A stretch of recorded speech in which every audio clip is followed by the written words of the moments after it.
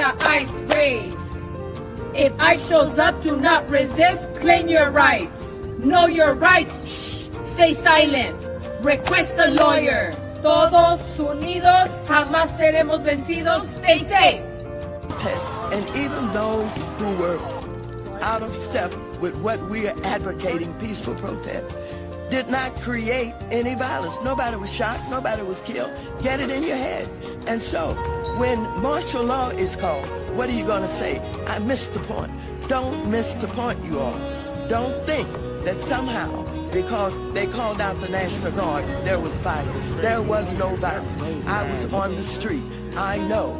And I went from downtown detention back out into the community, talking to people what happened in Paramount, what happened in Compton, what happened in Inglewood. So, first of all, get it straight. And don't just rely on what you're being told or the few incidents that you saw. You don't fucking feel that. People's identity.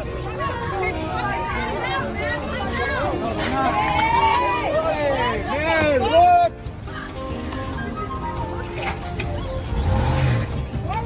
Whoa!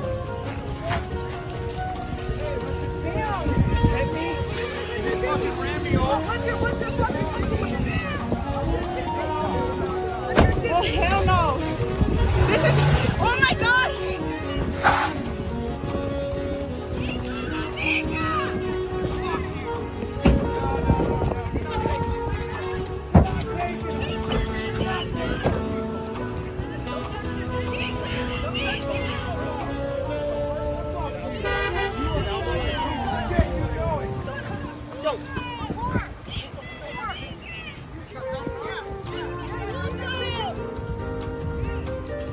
Fucking media!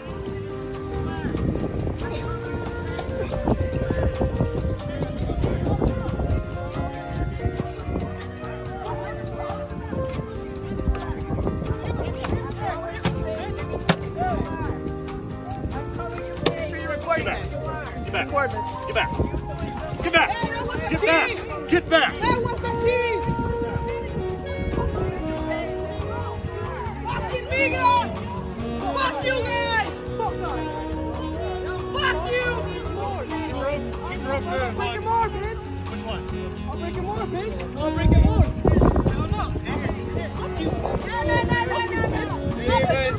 Leave it. He didn't do nothing. Just leave it.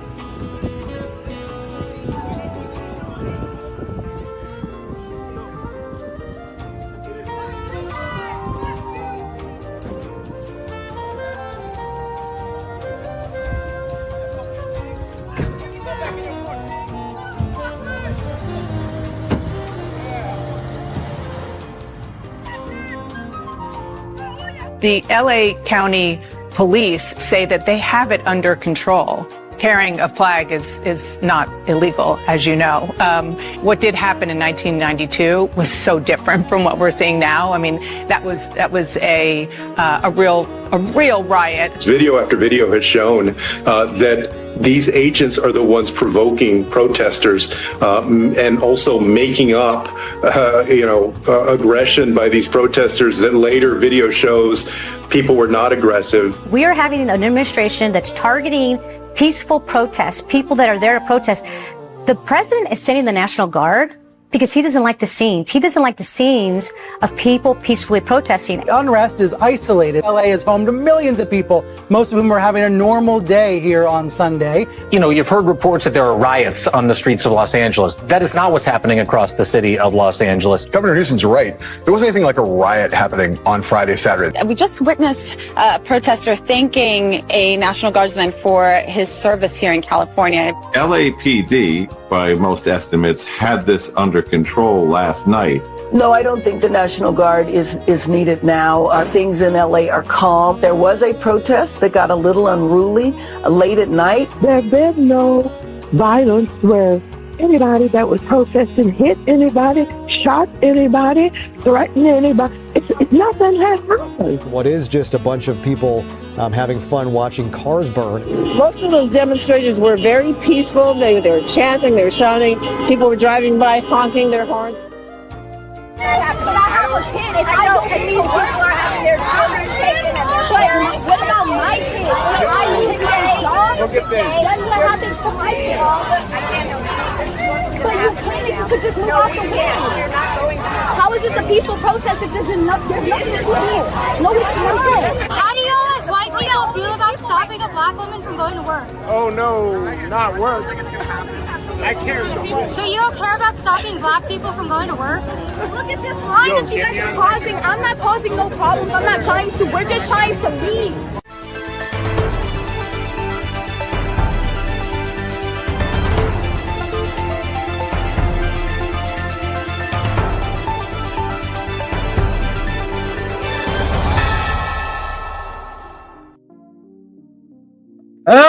Good morning, good afternoon, good evening. Wherever this video finds you, welcome to Tix.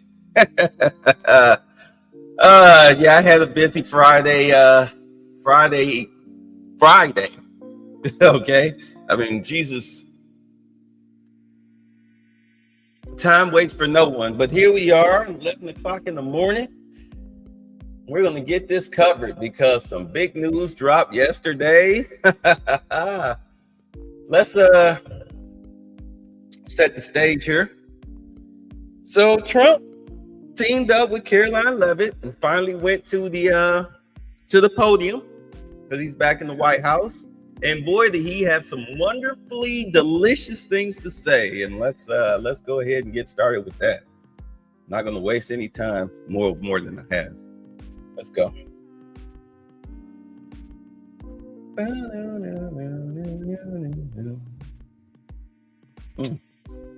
Excuse me, yeah, I got the big gulp coffee this morning. The separation of is amazing, wasn't it? There we go. All right. Well, this was a big one, wasn't it? This was a big decision. An amazing decision, one that we're very happy about.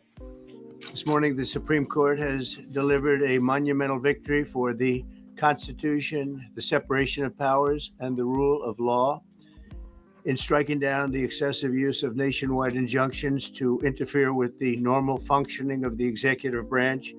The Supreme Court has stopped the presidency itself. That's what they've done. And really, it's been an amazing period of time this last hour. There are people elated all over the country. I've seen such happiness and spirit. Sometimes you don't see that, but this case is very important. I was elected on a historic mandate, but in recent months, we've seen a handful of radical left judges effectively try to overrule the rightful powers of the president to stop the American people from getting the policies that they voted for in record numbers. It was a grave threat to democracy, frankly, and instead of merely ruling on the immediate cases before them, these judges have attempted to dictate the law for the entire nation. In practice, this meant that if any one of the nearly 700 federal judges disagreed with the policy of a duly elected president of the United States, he or she could block that policy from going into effect or at least delay it for many years, tie it up in the court system.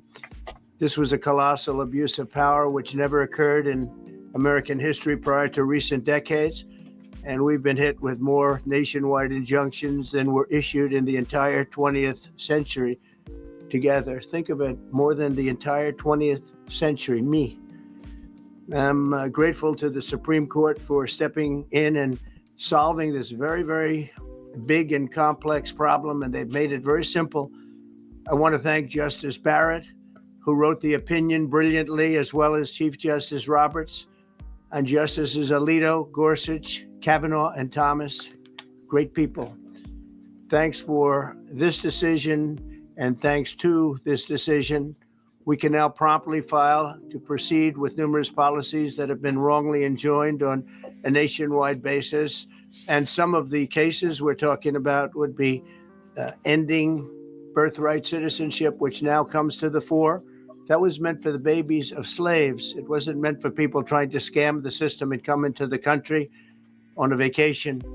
This was, in fact, it was the same date, the exact same date, the end of the Civil War. It was meant for the babies of slaves, and it's so clean and so obvious. But this lets us go there and finally win that case, because hundreds of thousands of people are pouring into our country. under birthright citizenship, and it wasn't meant for that reason. It was meant for the babies of slaves. Just like affirmative action. Affirmative action was not meant for white women or Asian people or other foreigners. It was 100% meant for us, ADOS, American Descendants of Slavery. Descendants of slavery, not that we were slaves, as in, just a people. We're the slave people. No, we're descendants of slaves, people who were forced into slavery. Let's clear up the verbiage here. All right. Be we from Africa or Native Americans, we were forced into slavery. Of course, it wasn't just us, but it was majority us. And birthright citizenship was exclusively for us, not for others. Not for others. The loophole is now closed. Let's go. So thanks to this decision, we can now properly file to proceed with these numerous policies and those that have been wrongly enjoined on a nationwide basis, including birthright citizenship, ending sanctuary city funding, suspending refugee resettlement, freezing unnecessary funding, stopping federal taxpayers from paying for transgender surgeries, and numerous other priorities of the American people. We have so many of them. I have a whole list. I'm not going to bore you, and I'm going to have Pam get up and say a few words, but there's really, she can talk as long as she wants because this is a very important decision. This is a decision that covers a tremendous amount of territory. But I want to just thank again the Supreme Court for this ruling. It's a giant. It's a giant. And they should be very proud, and our country should be very proud of the Supreme Court today. And with that, I'd like you to listen to the words of Pam Bondi. She's an incredible attorney general. We're very proud of her. And as you know, Todd Blanche is with us, and we have so many others that worked on this case and other cases. And I think they're doing a great job. Pam, please say a few words. Personally, I am not pleased with Pam Bondi because you have Democratic leaders across the United States that are literally breaking the law by aiding and abetting criminal illegals. You have Democratic leaders going on camera, like that Cynthia Gonzalez chick out in California, who were calling on gang members to fight ICE. Defend the territory. It's not their territory. Just like with the Crips and the Bloods fighting over territory. It's not your territory. You don't own shit. Show me your deed. And by the way, all that land that you guys are on is owned by the United States. They just rent and lease it to you. They don't actually sell it to you, because if they sold it to you, if you own it outright, then go ahead, see what happens when you don't pay your land tax. Go ahead, see what happens when you don't pay your land tax. Oh, also, Texas, Governor Greg Abbott banned foreigners, most exclusively from China, Iran,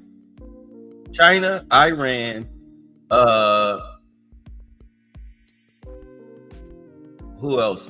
Palestinians and people from Palestine and another Muslim country, banned them from owning land, because understand that there's an Islamist regime down there in Texas that's trying to take over a whole county in order to get a congressional seat, so that way they can start enacting Sharia law. Same thing that's about to happen up in New York with that Mamandi guy, Mundami, whatever his name is. Keep in mind, I just woke up. Trying to enact Sharia law. Same thing going on in Minnesota with Ilhan Omar. Same thing going on in Michigan. They're trying to do to America, slowly but surely, what they did to the UK, what they're doing to England right now, where the majority of the seats are held by Islamist extremists. Do you understand? Because of the population, they have to represent. They have this stupid thing where they have to have somebody that represents your district that looks like you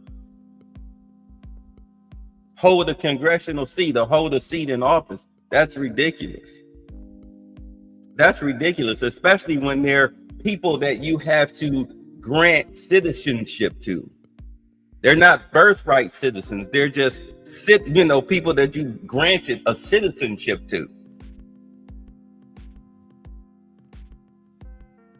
That's ridiculous. There's no way in hell somebody who is, as they quote unquote say, fresh off the boat should be giving any type of seat of power in government. Are you crazy? But that's what's going on. Let's go. But yeah, but her not arresting these people, her letting these people go and get away with all of this violence and whatnot, no, and have all of this terroristic talk. I don't see how we as a nation let them get away with that.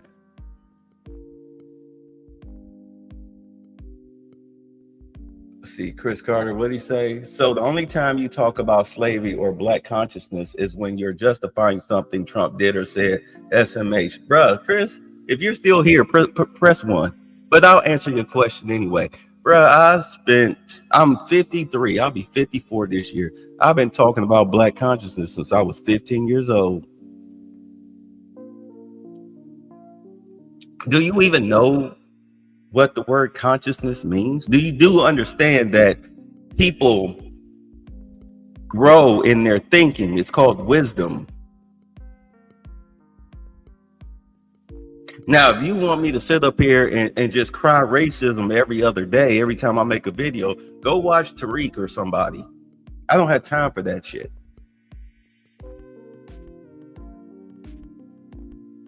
I don't think like I did when I was 40 or 30 or 20 or 10. We're not living in that America anymore. We're not in Obama's America anymore. You sound like Whoopi Goldberg. Black people got it worse than the people of Iran. Yeah, okay.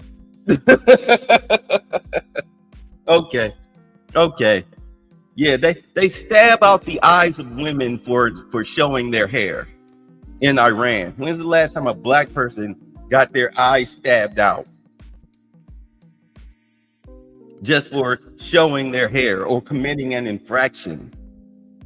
They hang you from cranes. They turn you into human wind chimes just for dancing inappropriately. When's the last time a black woman was a human wind chime for twerking? As a matter of fact, the twerking that's done, anybody that's been punished for twerking was a black woman running over another black woman. Her and the girl was having an issue like a moron. She got in the same car with her. They wound up getting into an argument inside the car. The girl gets out, jumps in front of the car and twerks, and she gets run over by the black female driver. I guess that's white supremacy's fault, right? Somehow I'm supposed to link that to white folks. Oh, white folks allow twerking. And then when white folks say stop twerking, oh, that's white supremacy. White people won't even let us twerk. I mean, you have to help me understand your logic here. Trust me. If you hate when I go in on black violence, which I did a lot of that last year with the last channel because it was out of control. Just black crime, period, was out of control last year.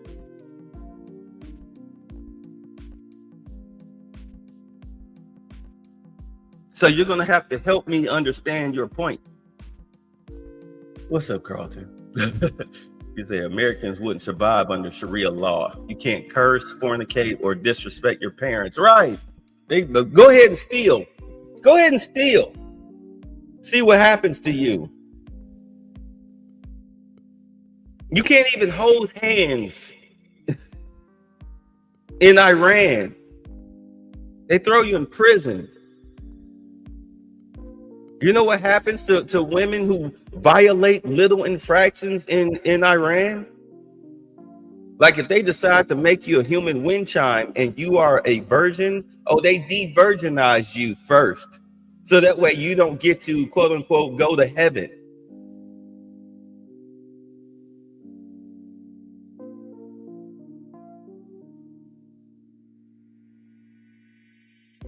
So what white supremacy am I supposed to be talking about at this point in time?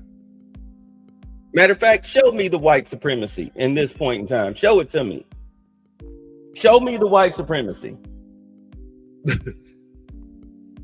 But you say nothing about white people. Are they perfect? Who said that? You must be new here. You must be new here. You must be new here. I mean, my whole catalog right now, this current catalog is me going in on white people. Matter of fact, it's me going in on the white people you support, which is the Democratic Party. You know, the party of slave masters. I mean, they still talk like they're slave masters. If we deport the illegals, who's going to pick our crops? Who's going to take care of our children? Who's going to scrub our toilets? Who's going to work for $10 less than what we would pay an American citizen and not have to cover any type of health insurance, 401k, or anything? You do understand that they see them as your replacement because you're no longer, the way they see it, you're no longer useful as a permanent source of cheap labor. The illegals are. And I mean cheap labor. What are they going to do? Go complain? Who are they going to complain to? They're here illegally. They're undocumented. The second they call in, trying to call the labor board, ICE is at the door. ICE is at the door. But these are the people that you support. You support the people that want to keep grapers of children who do it. They grape and murder children for sport. They bring fentanyl into this country.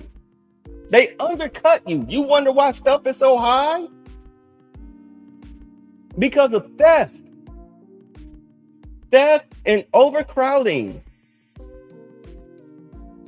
You think the more people that pour into an area, the cheaper the rent is going to be? No, because it's in demand. You wonder why your groceries are so high? Yeah, because of theft. You wonder why your insurance is so high? Because of theft and accidents. Your premiums are high because of accidents and theft.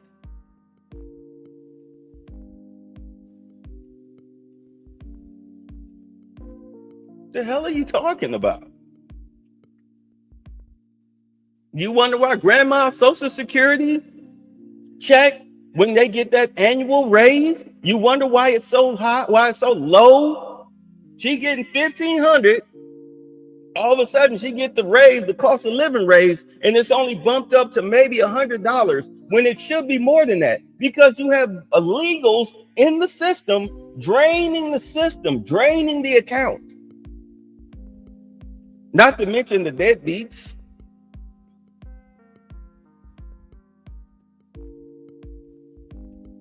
Well, then why are you talking like you're new?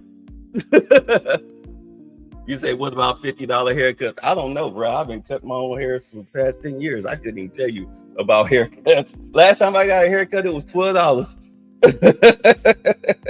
I cut my own hair. I keep it short. Shoot, I ain't trying to impress nobody.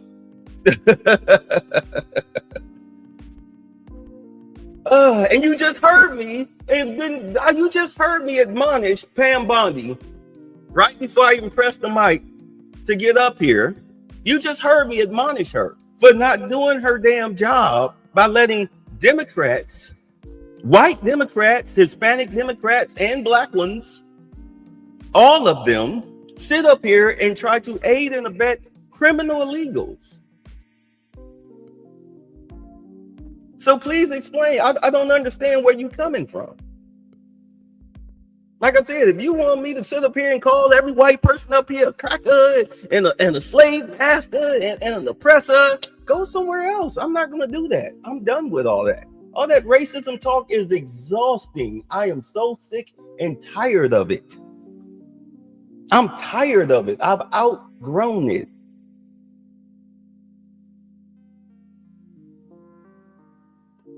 Other people will do that.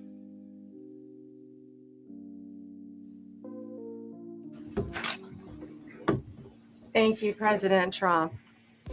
Thank you for fighting for all Americans. Americans are finally getting what they voted for. No longer will we have rogue judges striking down President Trump's policies across the entire nation. No longer.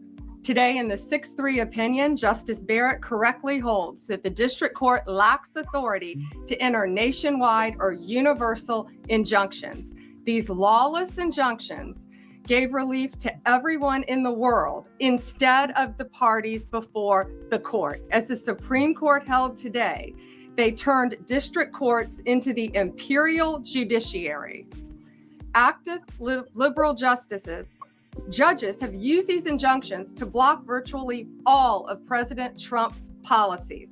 To put this in perspective, there are 94 federal judicial districts. 5 of those districts throughout this country held 35 of the nationwide injunctions. Think about that, 94 districts. And 35 out of the 40 opinions with nationwide injunctions came from 5 liberal districts in this country. No longer. These injunctions have blocked our policies from tariffs to military readiness to immigration to foreign affairs, fraud, abuse, and many other issues. The judges have tried to seize the executive branch's power, and they cannot do that. No longer. It took long enough. It took them long enough. I've been saying this for what, 2 months? Like, the Supreme Court has to put their foot down. This is ridiculous. Like, who are you to block presidential orders? Presidential orders. And it's stupid stuff too. One judge wanted him to reinstitute Doge and all the money, the Democratic slush fund money, after we found out that they have been stealing trillions of dollars, billions, if not trillions of dollars, taxpayer dollars, your money, on stupid stuff that's obviously scams, obviously kickbacks. You had a judge wanted to overturn the cuts. Like, get the hell out of here. Like, man, they were slapping down these injunctions left and right. But eventually the Supreme Court, as I said, they had to step in and cut that stuff out. They had to slap these judges down. Like, you got a problem with what he's doing, you come see us. You don't get the rule against a presidential order. Like, you're ridiculous. Let's go. On immigration, on a side note, today marks 2,711 arrests on these terrorists and these gangs. Total arrest today with HSI investigations. And thank you, Stephen Miller. Thank you to Homeland Security. Thank you to everyone working hand in hand with the FBI on all of these transnational gangs. TDA has been a huge terror to our country, as well as MS-13, as well as Sinaloa cartels. No longer. These injunctions have allowed district court judges to be emperors. They vetoed all of President Trump's power, and they cannot do that. This has been a bipartisan problem that has lasted 5 presidential terms, 5 different presidents. And it has ended today. We will continue to fight for President Trump's policies. I want to thank the Office of White House Counsel, Dave Warrington. You and your staff have been incredible. Our Solicitor General's office, John Sowers, Sarah Harris, and Todd Blanche and Emil Bovey. Todd's going to say a few words because we've had another major ruling today on transgender books and some other great wins that we've had. But no longer will they have this power in our country. It is the president's authority under his executive branch to do everything to fight for the American people, and he will continue to do that. That's why he was overwhelmingly elected. Thank you. Thank you. Today's a great day for the rule of law. It's a great day for the Justice Department, and it's one that's been a long time coming, and one that every American should have been waiting for with bated breath. And so I echo what the president said and Attorney General Bondi, that the Supreme Court did a great thing today, not only for this administration, but for every American in this country. If not for the injunctions case, we would be here talking about another great decision that came down today, the trans books case, which restores parents' rights to decide their child's education. Seems like a basic idea, but it took the Supreme Court to set the record straight, and we thank them for that. And now that ruling allows parents to opt out of dangerous trans ideology and make the decisions for their children that they believe is correct. And so we thank the Supreme Court for that. There's been multiple decisions over the past several weeks that just show why this nationwide injunction ban had to happen. For example, what I mean by that is local district court judges issuing decisions that are clearly contrary to law just because they don't like the policy of President Trump. And when it gets to the Supreme Court has to correct it. But that takes time. The Attorney General thanked our lawyers, and I'll do it again. Our lawyers are working 24 hours a day, 7 days a week to fight these injunctions and to emergency appeals, emergency stays, going back to the district court judge, asking them to change their view. And so their hard work is really paying off today, but over the past few weeks. We had a stay of an order that prevented DHS from moving aliens to a third country. We had a stay of an order that stopped the Department of Defense from implementing military readiness, the EO that President Trump signed. We had another stay of an order forcing reinstatement of fired executive branch employees, entirely within the president in Article 2, his right to do. We had a stay of, as you all know, of numerous DOJ cases. And again, every one of those stays requires a tremendous amount of work and effort by the lawyers and parties involved, and they should be doing other work. They should be doing the work that the president and this administration demands and has a right to demand, and not fighting these local judges who don't make decisions based on the law. They make decisions because they just simply don't agree with the administration's decision about a policy, and that's wrong. Thank you.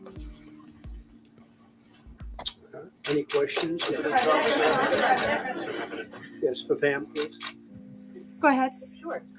Thank you, Madam Attorney General. So as you know, the Supreme Court did not rule on the underlying constitutionality of the president's birthright citizenship order. So what is the plan now? Are you going to try to implement the EO just in states where there isn't a legal challenge?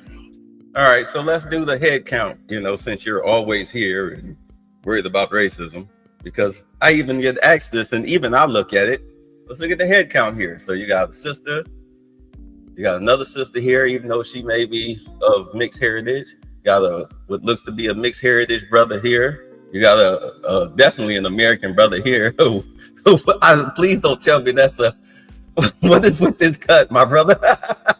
He got the high top box. But anyway, you got a sister right here. You got another sister right here, it looks like. You got the brother right here. Let's see here. Let's go down the row. Here's the sister right here. All right. Let's see. I think that might be a person of color right there. And you got the brother right here. That's the cameraman. So it's not like there's not representation in the room. And of course, you got the sister sitting up front, but the manosphere don't like black women. So, I guess she doesn't count. Anyway, but I noticed who's missing, which is Caitlin Collins. I guess she's tired of getting embarrassed by Trump because she got embarrassed at the NATO summit that had the whole room laughing at her before she asked the question. Trump gave her a tongue lashing, and then which had the room laughing, and then she asked her stupid question. Oh, and by the way, for those of y'all who are always with me, here's that California cutie right here, the Asian chick. whatever, or Hawaiian, whatever. She's over here. Normally she's standing where this woman is standing, but she's over here. I guess she decided to sit down today. I just noticed her. All right, let's get on with it. Yes, so birthright citizenship will be decided in October in the next session by the Supreme Court, unless it comes down in the next few minutes. I guess it could come down.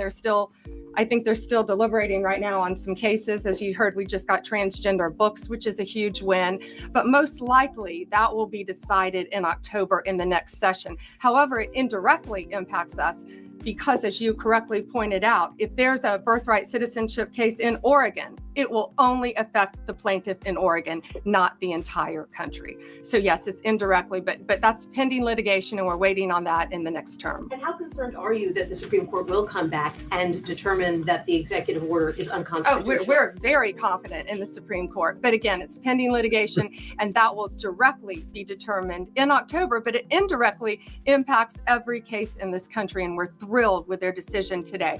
Peter. Madam Attorney General, thank you for being here to take our questions. A couple questions to the both of you. The EO had a 30-day grace period before it goes into effect. Is there any thought about trying to make it effective? Who gives a shit? Who cares how many black folks he got in his cabinet? He's hired black folks. He hired a black woman that he exonerated from prison and immediately put her over getting people, black people especially, out of prison who are wrongfully convicted or over sentenced. But y'all don't like black women. So Immediately within that period of time. We're going to follow the. Matter of fact, Kash Patel's right-hand man is a black dude. He's a black man. He's a black man. You got the black guy, of course, that's over HUD, but that don't count. But he's got a diverse cabinet, especially when it comes to women. It's very diverse. A lot of these women in his cabinet are of mixed race. As you know, you got Kash Patel, he's an Indian and whatnot, but I guess you wanted all black. Let me ask you a question, Chris. Let me ask you a question. What do you think of Jasmine Crockett? What do you think of her? Go ahead. I'll let you respond. Go ahead. Law. We're going to make those decisions, and we're going to do what's right in the bounds of the law. And then the DOJ didn't ask the justices to rule on the merits of the birthright citizenship ban. Just for explanation purposes, why? Sure, because that's going to come down in October in the separate. This was huge because it's indirectly impacted today. As I said, it's case by case. Let me reiterate, of the 35 of the 40 nationwide injunctions filed against this president, against his executive authority as president of the United States, 35 of them came from Maryland, DC, Massachusetts, California, Washington. I mean, that's crazy. Trump is pro-white. Is he supposed to be pro-black? Is he supposed to be pro-what? Indian? Pro-Mexican? What is he supposed to be? You pro-black? I don't understand the difference.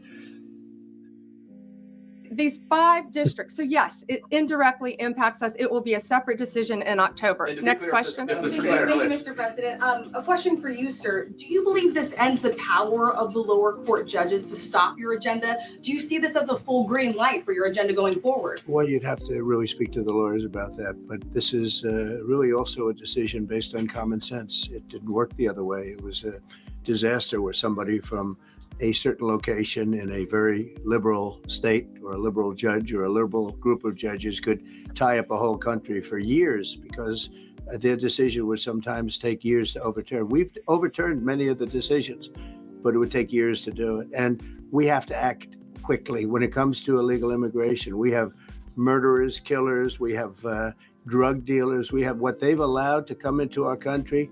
Should never be forgotten. It should never be forgotten what they've done to our country. And we have to be able to act very quickly, and we're going to do that. Thank you. Just as Tony Barrett, sir, I know that you praised her and her opinion here in this case. She has taken some heat, though, from some of your supporters who have labeled her weak, a squishy, a rattled law professor. What is your take on that? I don't know about that. I just have great respect for her. I always have. And her decision was brilliantly written today. from all accounts. Yeah. Transgender rulings. Mr. President, what would you say to Americans who fear that this is more and more concentration of power in the White House and the executive? Well, this really brings back the Constitution. This is what it's all about. And this is really the opposite of that. I mean, the question is fine, but it's the opposite. The Constitution has been brought back. Thank you so much, President Trump. Illegal crossings in the border are 0 now. 0. Does everyone hear that? 0. Trump 2028. Do you intend, President Trump? Okay. Who's that guy? I like him. He's working the cameras. This new reality, President Trump, in the border, do you intend to engage personally with leaders from South America, not only Central America, in order to tackle I do that this anyway. situation? I do that anyway. And if you have a perspective of meeting some presidents from South America, as Brazil, for example. Well, you should, as an example, not South America, but NATO over the weekend. They have great respect for our country now. They did things that nobody thought was possible. They took funding from 2% to 5%. Nobody thought they'd ever pay the 2%, and now they're paying the 5%. It's over $1 trillion more a year. Think of that, $1 trillion.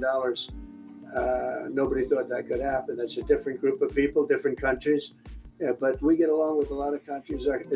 We are respected again. Our country, the U.S., is respected again. Was not respected 6 months ago. I can tell you. We ask about the Yeah, go ahead, please. Yeah, Mr. President, you have a deadline coming up on trade in 2 weeks. Which countries, if On any, what?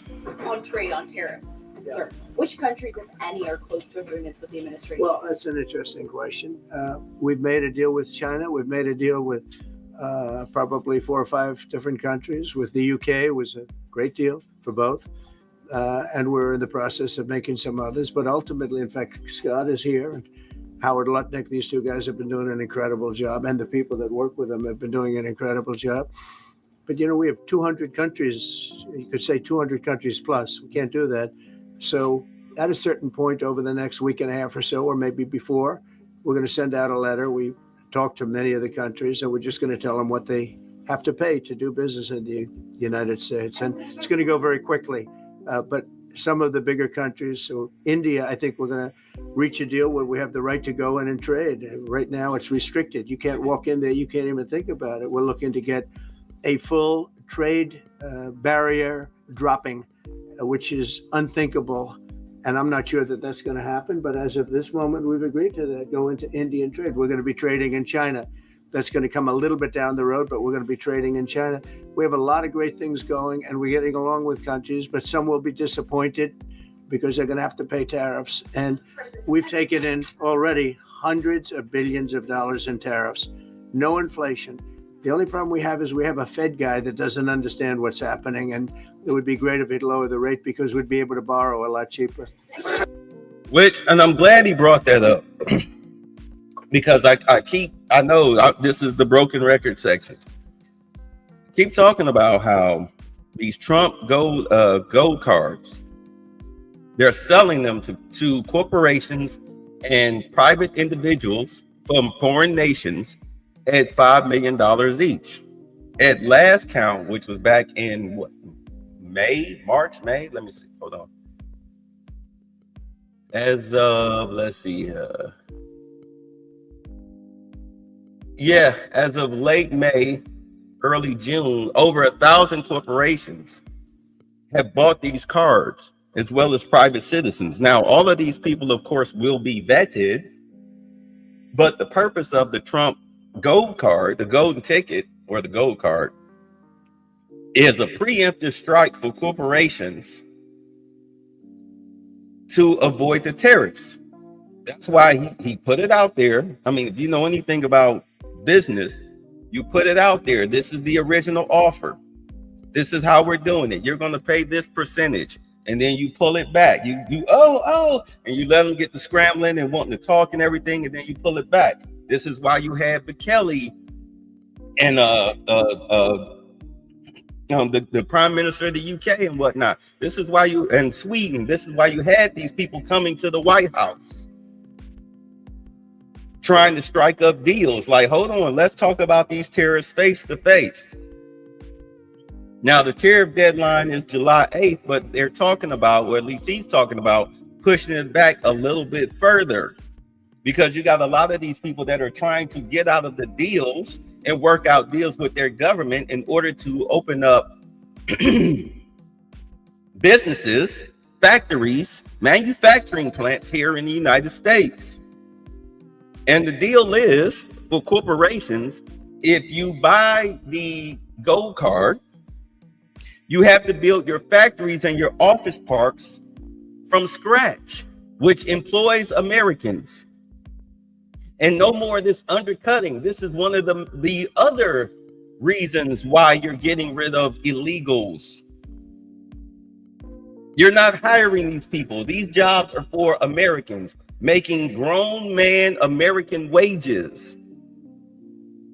No more of this $15 an hour stuff where you're being underpaid for factory work. That's ridiculous.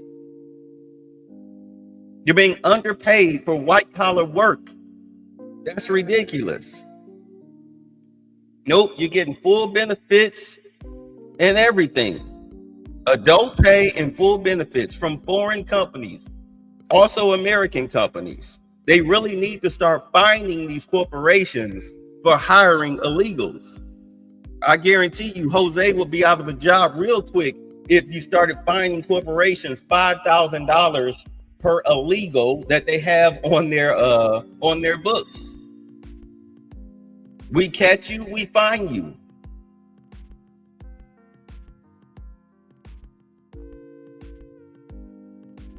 I mean, these are crimes. These are crimes these corporations and other people are committing. But, you know, we're soft on crime when it comes to that. Well, it doesn't seem like it anymore, but from a corporate level, yes, we're still soft on crime with that. And for Black people, understand you're at the very bottom of the economic ladder in the United States on the average household income of $51,000 a year. Doesn't matter how much you make personally, doesn't matter about Oprah Winfrey and LeBron James. You add all of their little incomes up to the rest of Black America, and it totals out to $51,000 annual income per household. The disparity is ridiculous. Ridiculous. And you want to fight for Jose and Maria, who are what? They are fourth from the bottom on the economic income ladder. From the bottom, which means there are three other people that make more money than you between you and them, but you want to fight for them. And, oh, Trump's racist for getting rid of them. He's trying to help you out. Because do understand, factory jobs and also some of a lot of white collar office jobs are really for people that are unskilled labor. High school diploma or not. All of these most educated Black women's with their Bolivian ballroom dancing master's degree, $100,000 in debt. Those white collar office park jobs, that's for them. Here, you're a secretary. Answer this phone, file this paperwork, push this pencil. Those are your jobs. The factory jobs are for the brothers out here that no skills whatsoever. But I mean, how hard is it to learn how to drive a forklift? How hard is it to be a picker? How hard is it to load a truck, load a pallet? It's not hard at all. It's easy. You think you need a college degree to screw a rivet onto a car part? Bad enough AI and technology are taking your jobs as it is. But if you flood the market with jobs, which is what the tariffs is doing, not only are you taxing countries for their fair share of what they owe the United States on imports and exports, but because the tariffs are now high, which is a tax, which is now higher than what corporations, foreign corporations and American-born corporations that are overseas. Because, you know, do understand, because of NAFTA, a lot of American jobs went overseas because they used cheap labor and the tariffs to get away with it. To get away with it. Yeah, Indians are on top along with China and Japan, right? These people they've been stealing from us thanks to Clinton. Robbing America blind, dry.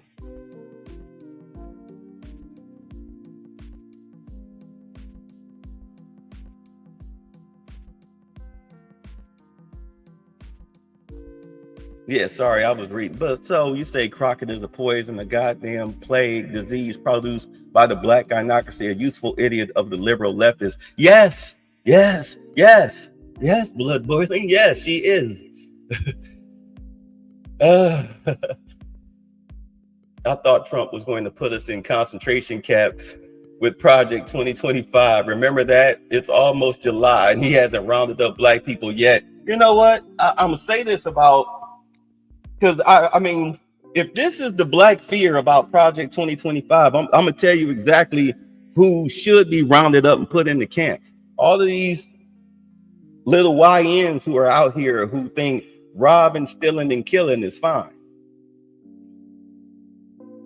Do understand, during Trump's first term, he wanted to send the National Guard to Chicago to clean up the violence, and black people was mad about it. It was like, well, then how else are you? Okay, well then fuck it, kill yourselves then. You want me to stop the criminality going on in Chicago? You know, you're tired of white people always throwing Chicago up in your face whenever you want to talk about, you know, racism and violence and whatnot. So they keep throwing Chicago in your face. So then Trump comes in and says, well, I'm gonna send the National Guard to Chicago to stop the crime and the death of black people, especially young black males. I'm going to send them in to clean it up. And black people do it. This is racist. Like, are you serious? Well, then fine, kill yourselves. You know, the same man who sat there and let you tear down all those Confederate statues and whatnot, yeah, he's racist. The same man that funded Jesse Jackson's campaign, getting NAACP awards, loaning money out to black people who wanted to start businesses. And when the businesses got off the ground and they came to Trump with the check to pay them back, he ripped up the checks and said, hey, you good. You good.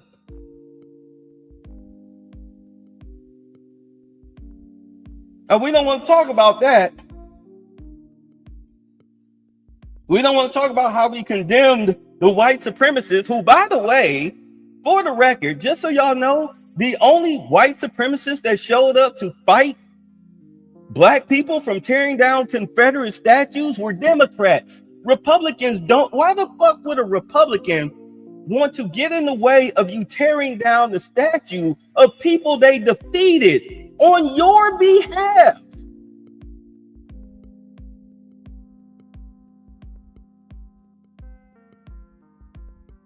Are you kidding me? You were fighting with this, you were fighting with the children of slave masters. You know, I mean, figuratively speaking, they weren't actually direct descendants, but you get what I'm saying. You were fighting with people who support the Confederacy. The Republican Party does not support the Confederacy. That's a Democrat thing. So y'all were throwing fists and clubs and whatnot with the very people who 200 years ago would have been overseers. White folks. That's who you were fighting out there in Charlottesville. You weren't fighting Republicans. They don't give a damn about no damn Confederate statues. That was the one that gave you the ropes. Here, tear it down. Tear it down. They didn't give a damn. Look at this. The only problem you have with Jasmine Crockett is her down-to-earth personality, the way she talks. Yeah, I heard China agreed to the deal. I heard China agreed to the deal. now they're Trump's racist when he put the travel ban on black countries, which they know where it's safe to go to, but he's racist. Right. I wouldn't dare, man, please. Go to Somalia then. Go to Somalia. Go to Ghana. Matter of fact, you know what? You know what made me stop being a Pan-Africanist? Being around Africans made me stop being a Pan-Africanist. Being around Africans made me stop being a Pan-Africanist because I learned firsthand, up close and personal, not on some, somebody on a YouTube channel, calling them African booty scratchers and zebra stuffs and musty, dusty, whatevers. No, actually being around them and talking to them and realizing up close and personal that they do not see your black ass as an African. You are indeed a kafir to them. You are a cotton picker. You are forever a slave. They talk so greasy about black Americans. Very greasy. I'll never forget, I was talking to one African chick, sweetest woman you could ever meet. Sweet as she could be. We used to call her Smiley. Always have a smile on her face. Always laughing, giggling. Hey, how you doing? Very friendly. Got to talking to her about Africa, and because at the time I was looking at possibly expatriating to Ghana and whatnot. I was like, yeah, I'm gonna go back to the motherland. I want to go to Ghana, because she's from Ghana. A lot of Ghanaians were employed at my job, and she laughed. She's like, "You're not an African." I was like, "Yes, I am. My roots are in Africa." She laughed like, "No, they're not. You're an American. You're an American." She was not joking. She was not joking. And the more you talk to them, the more when you really dig into the roots, when you tell them, yeah, I'm an African too, yeah, watch them laugh in your face. That happened a lot. I was like, oh, wow. And then you hear the real stories of people who are over in Africa who have called themselves expatriating over there only to come back. Or those that are still there, they tell you exactly how those Africans, especially in Ghana, how they treat you. You are nothing but a walking paycheck. You are an ATM to them. You are an ATM to them. They could care less about you. Yeah, they're all in it. It's just like with every other country. They're all in it. Yeah, they're all smiles. They welcome you in. Oh, you want to start a business? You want to buy a house here? You want to buy land here? Because you do understand that when you go to these foreign countries, you can't just outright buy it, especially in these third world countries. You can't outright just go and buy it. You have to split it 50-50 with a native. They don't let you just own it outright. And if things go tits up between you and that native that you split the land, house, or business with, it might as well be 100% to your zero. You don't get to walk away with the business or the house or the land. The native does.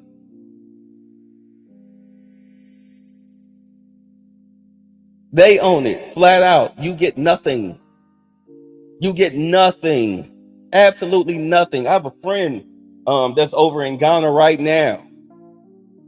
She done did so many stories about she's been assaulted 3 times by Ghanaian, twice by Ghanaian soldiers / police officers and a Ghanaian taxi driver. Slapped, punched, shoved to the ground, and daring her to do something. No matter whether she ran her mouth or not, they don't care. That's real patriarchy over there, and they will strip you of everything. You got Americans over there, black Americans, men over there talking about they supposedly bought the land from some chieftain or whatever. They built up the house, the whole little neighborhood community and everything. And as soon as it's finished or whatnot, suddenly now here comes the quote unquote real owner of the land with the police, and you get arrested, and and then they haul you before a judge. And unless you pay this exorbitant extortion amount of tens of thousands of dollars, then you're either getting deported, or they're throwing you in jail because they want to take the land and the structures from you. It's a sucker's bet.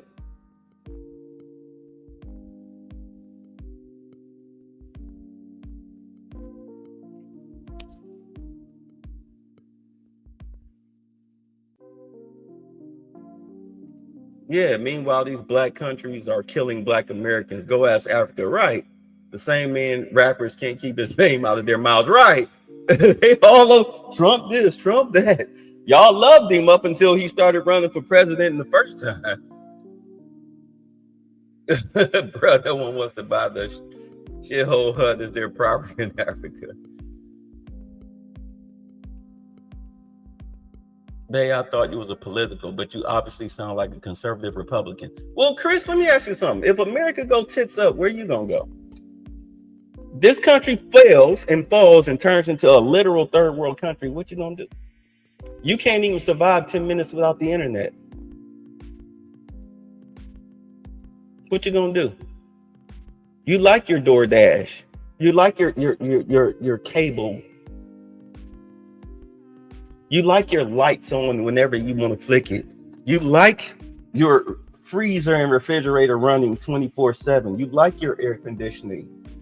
You like being able to go to a grocery store and buy whatever you want, whenever you want, as many as you want, whenever you feel like it. You like a job that when you get your paycheck, there's still money left. So if that goes tits up, then what you gonna do? Where you gonna go? You do understand if a foreign power takes over America, or this place falls and turns into a lawless third world country, there's a huge target on your black back, and you ain't ready for that. You're not prepared for that. You're not even mentally prepared for that, let alone physically. You're not ready for that. I did that keto diet this week. Oh my God. Woo. Because I'm trying to train myself. Oh, wow. The headache. Just drinking this coffee. I hadn't had coffee in a week. This is me taking my first sip. Woo. Felt good. But that's because I had to do this show. But I'm not drinking the coffee like I used to. It's my first cup of coffee in a month.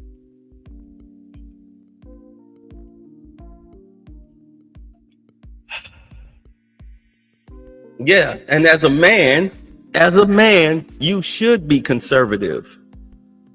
You should be conservative as a man. Because what have progressivism gotten you so far right now? You should want a job for your black self and your black children. You should want black prosperity. You're not going to get black prosperity in today's economic situation. You're definitely not going to get it from the Democratic Party. They've tossed you aside. They don't even talk to you anymore. You're irrelevant.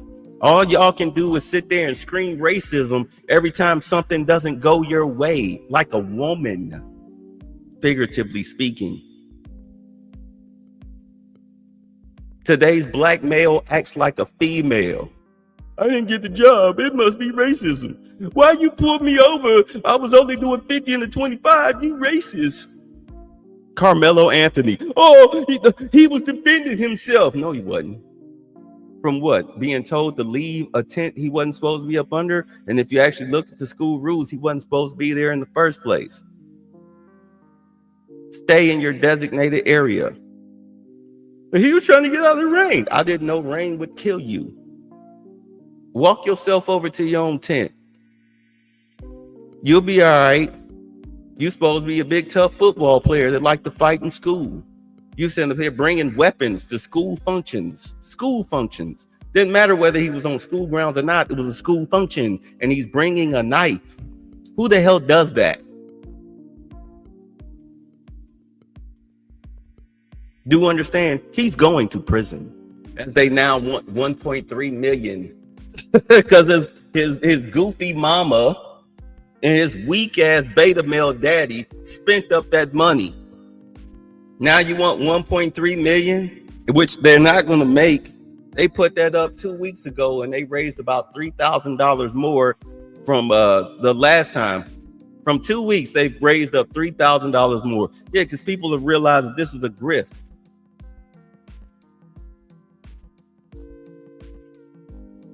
His parents blew that money.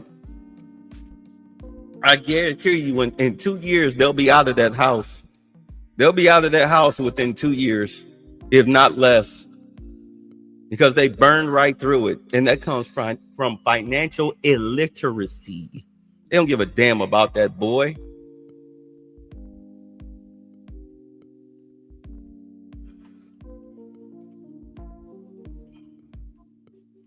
Pan-scam Africanism hates America but stays in America. Right. I remember seeing a video of an American knocking down a black American's house with a bulldozer. Yeah, remember I did that video last year? Those 5 black women? And not all of 3 of them were from America. 2 of them were from England. They were chicks in their 40s. And they were trying to do the whole, what these passport bros claim to be doing. Like you go overseas. They went to Africa. I think they went to Somalia, if I'm not mistaken. No. Anyway, they were in an African country. I think it was Somalia. They went over there, married these, keep in mind, these chicks in their 40s. They married these young African dudes that were in their 20s. You know, in their 20s.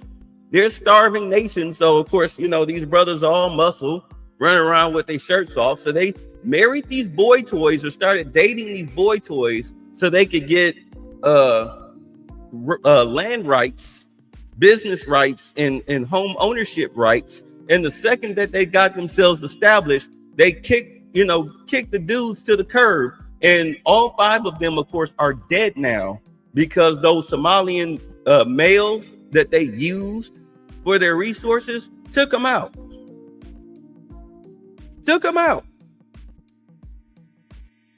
Because they don't play that over there. These aren't women that you can exploit and extort. No, these are dudes.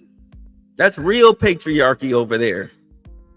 And this is the thing about third world country patriarchy. In a lawless society, these low IQ morons will take you out for playing them. They have no emotional control.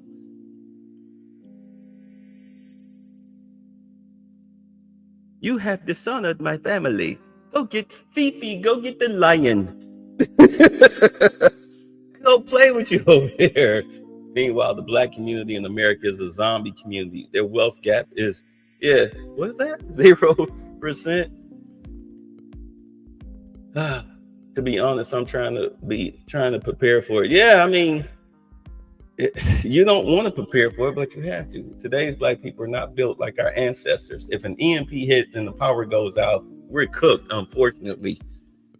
Let's see, you got to read the books and reading corruption, politics, but they still call him corny. 48 Laws of Power, yeah.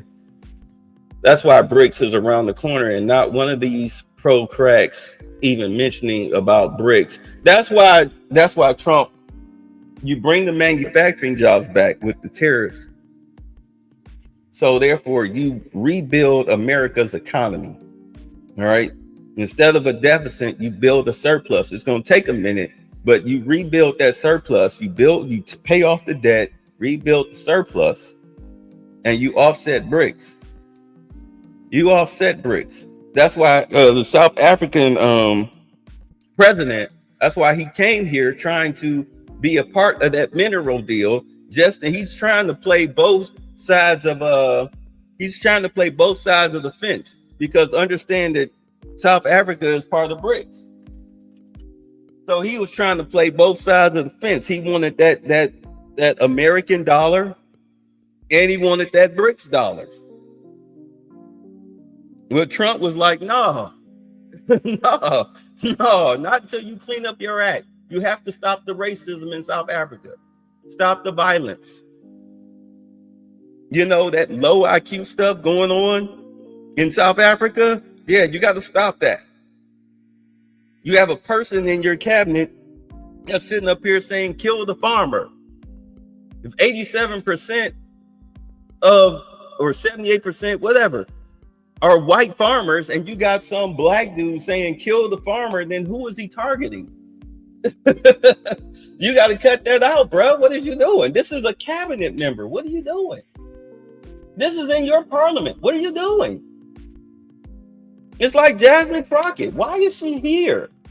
Ilhan Omar and AOC, you know, the Star Trek chick.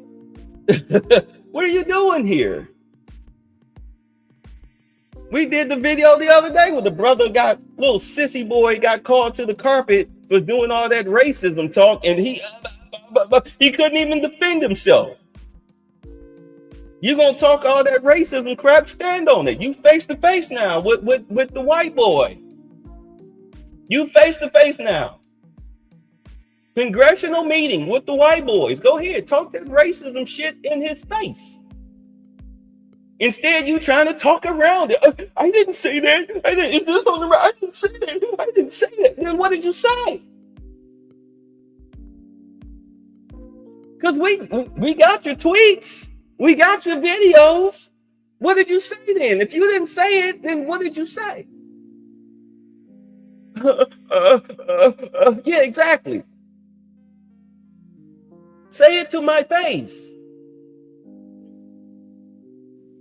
You're not in a room full of sycophants and yes men now. You're not hiding behind the anonymity of the internet. You're right here now in my face. Say it. Say it to my face. Say it to all of our white faces. Say it. Yeah, punked out. Go buy the pillow. Oh, you get nowhere with that garbage. I'm waiting on the videotape evidence of the Carmelo situation. Well, because you understand, I understand why they're not releasing it the way that we want them to release it, is because you have children involved. I get that. Plus, in all honesty, you can also clock it as a matter of public safety too, because I mean, that is Texas. But they did have the reporters review the videotape from as far as what they have, all of what they have, and well, at least what the school have. And all the reporters said there was no scuffle before the stabbing. It wasn't a scuffle. Say back. What's up, Unsunken One? Bring duels back to the Senate.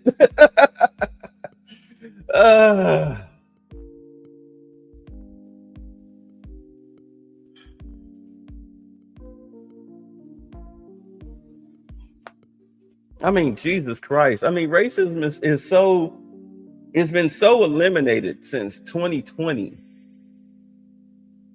After the George Floyd riots, that you have black people faking, racist claims. You got a lot of Jussie Smollett's going on out here. The chick in Philadelphia who worked in government, who put a noose on her own desk and was trying to play like some white person did it. But when they did the DNA testing on it, nobody's DNA was found on it but hers. And not just, where she may have grabbed it off her desk. Like, no, her DNA was all intertwined within the rope.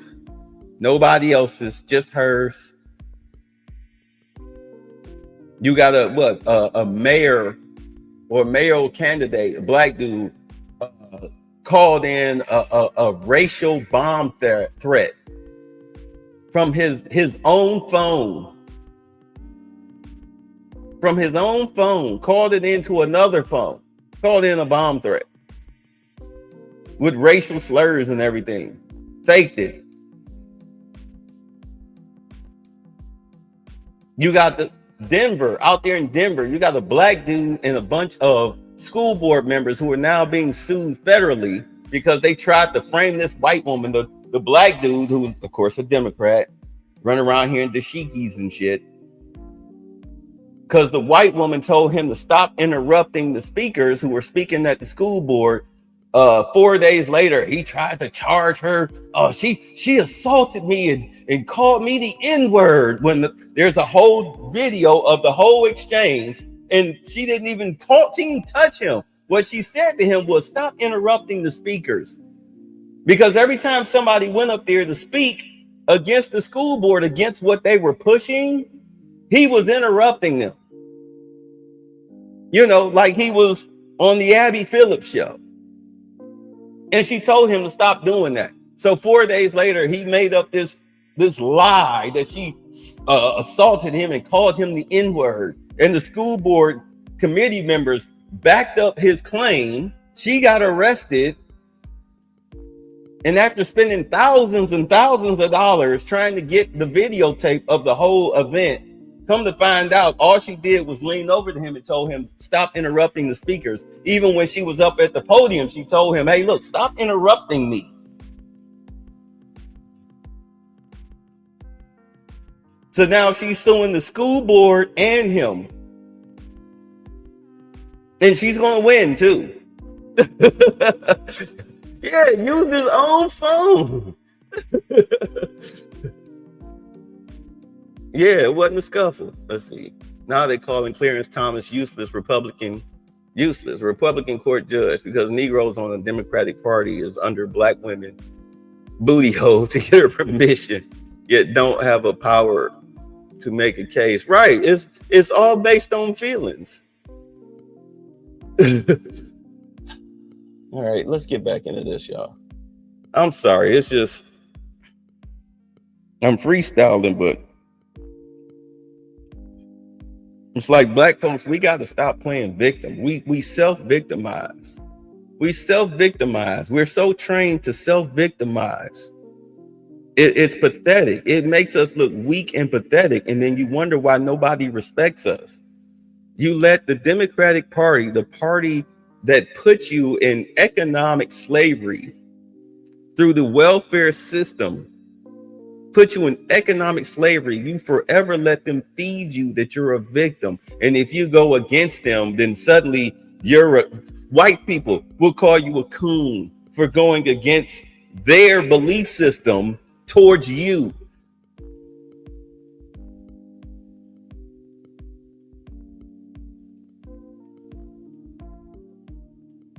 Do you understand? The Democratic whites feel that you cannot think for yourself. This is why this bleeding heart liberal crap. These people are not your friends. These people are not your friends. You want to test your friendship out with a white person? Ask them what they think about reparations.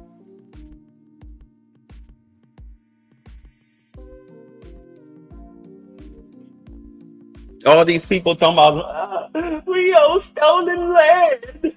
Like, oh yeah, we'll give an illegal or a Hispanic person, give them your house. Give them your house keys. Since, you know, the land is stolen, which means your house is on stolen land, right? You say this land was stolen from the Mexicans, well then give them your house keys. See how quickly the real them comes out. All that stolen land talk goes right out the window, don't it?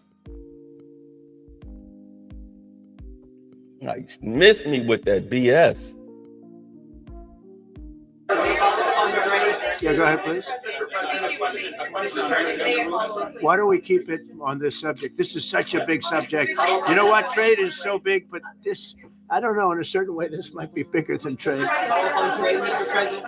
I think this is bigger than trade. Yes, please, go ahead. I was wondering, though, if you could, go ahead. Sir, on the transgender ruling, the Supreme Court ruling that parents with religious objections can pull their kids out of public school lessons that use LGBTQ materials. Pam brought it up. Your reaction to that ruling today, sir? I think the ruling was a great ruling, and I think it's a great ruling for parents. It's really a ruling for parents. They lost control of the schools. They lost control of their child.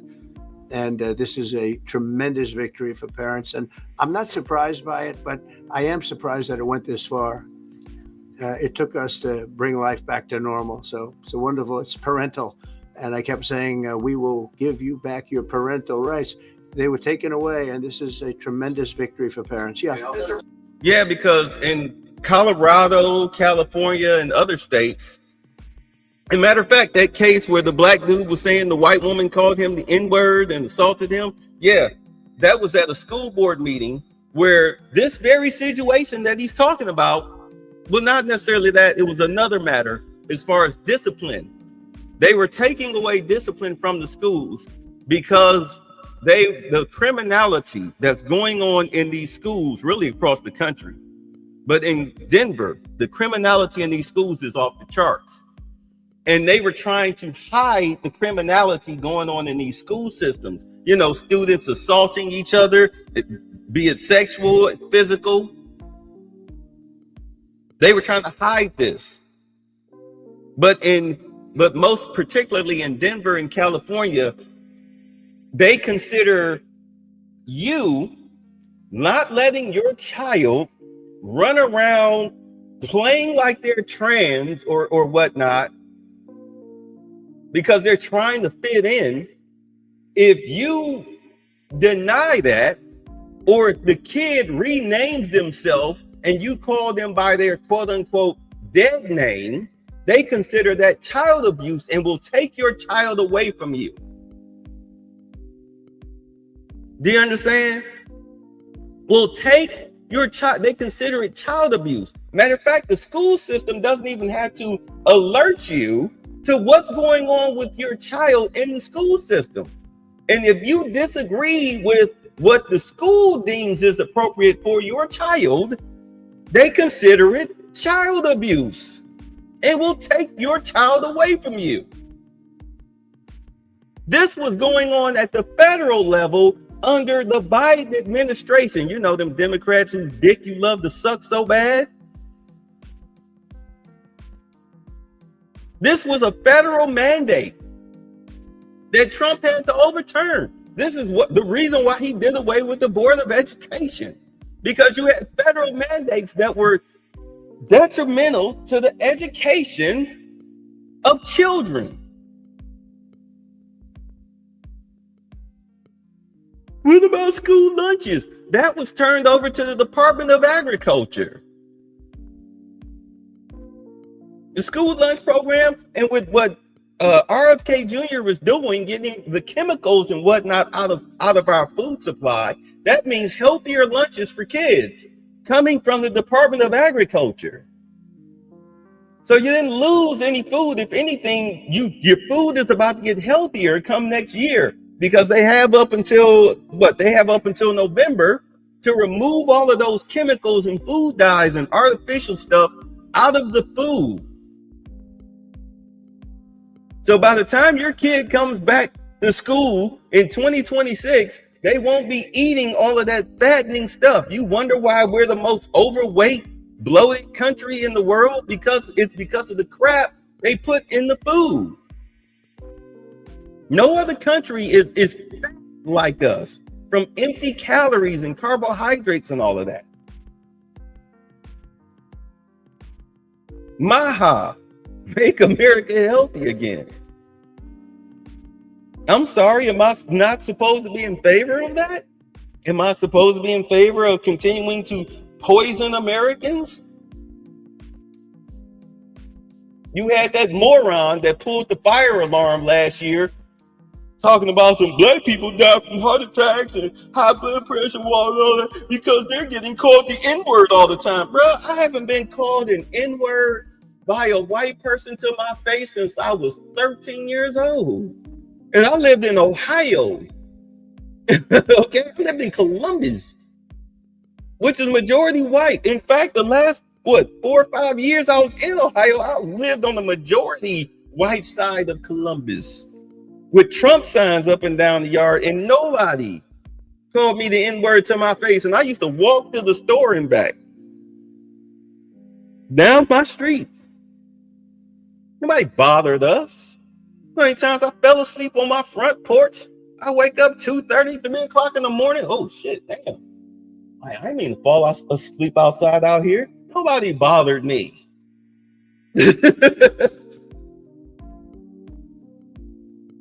You're self-victimizing. But at any rate, no. You got to get that crap out of the food. You got to get it out. And you have to properly educate your children. And he turned what he did when he took away the Board of Education, when he dismantled it, on the federal level, what happened was they turned the school boards back over to the parents in their states. So that way, as a state, the parents can vote on what they want their children to learn. Get that gay crap out of here. That trans crap out of here. No, you will not have because you do understand under the Biden administration, they actually had FBI agents keeping tabs on parents who resisted transitioning their children and not wanting this crap in the schools. They had the FBI investigating parents and whatnot. I mean, you talk about a waste of resources. You want to talk about Gestapo. You want to talk about Nazis and fascism.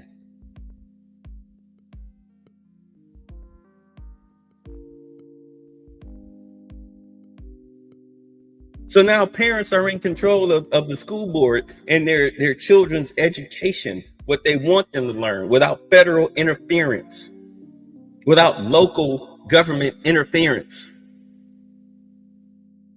Vote no on issue 2. You can do all of that now. That's why this whole opt out, you can opt out of your child learning how to give blowjobs in 8th grade. You can opt out of learning that. And a lot of parents have opted out. Matter of fact, the chick who wrote all of these little pedophile books is sitting up here crying to me, oh, you're destroying trans children. What? You should be in jail. President, if you look at the back at the last week, it's been extraordinary in terms of the action in the Middle East. You were at The Hague. I'm wondering hell now, of a week, hasn't it? I'm wondering now if you believe that so Iran. bleak.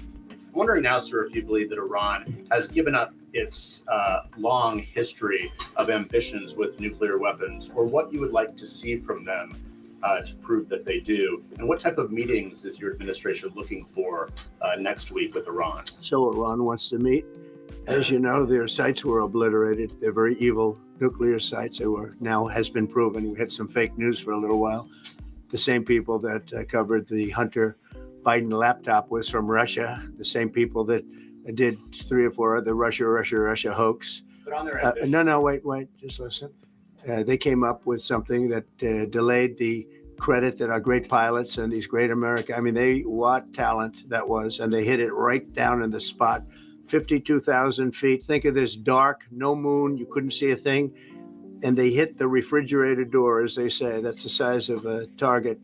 And overwhelmingly, and it's amazing what was done. We're the only ones that could have done it. And we took out the 2 of the other sites also. In addition to that, we finished them off. That was a very evil intention.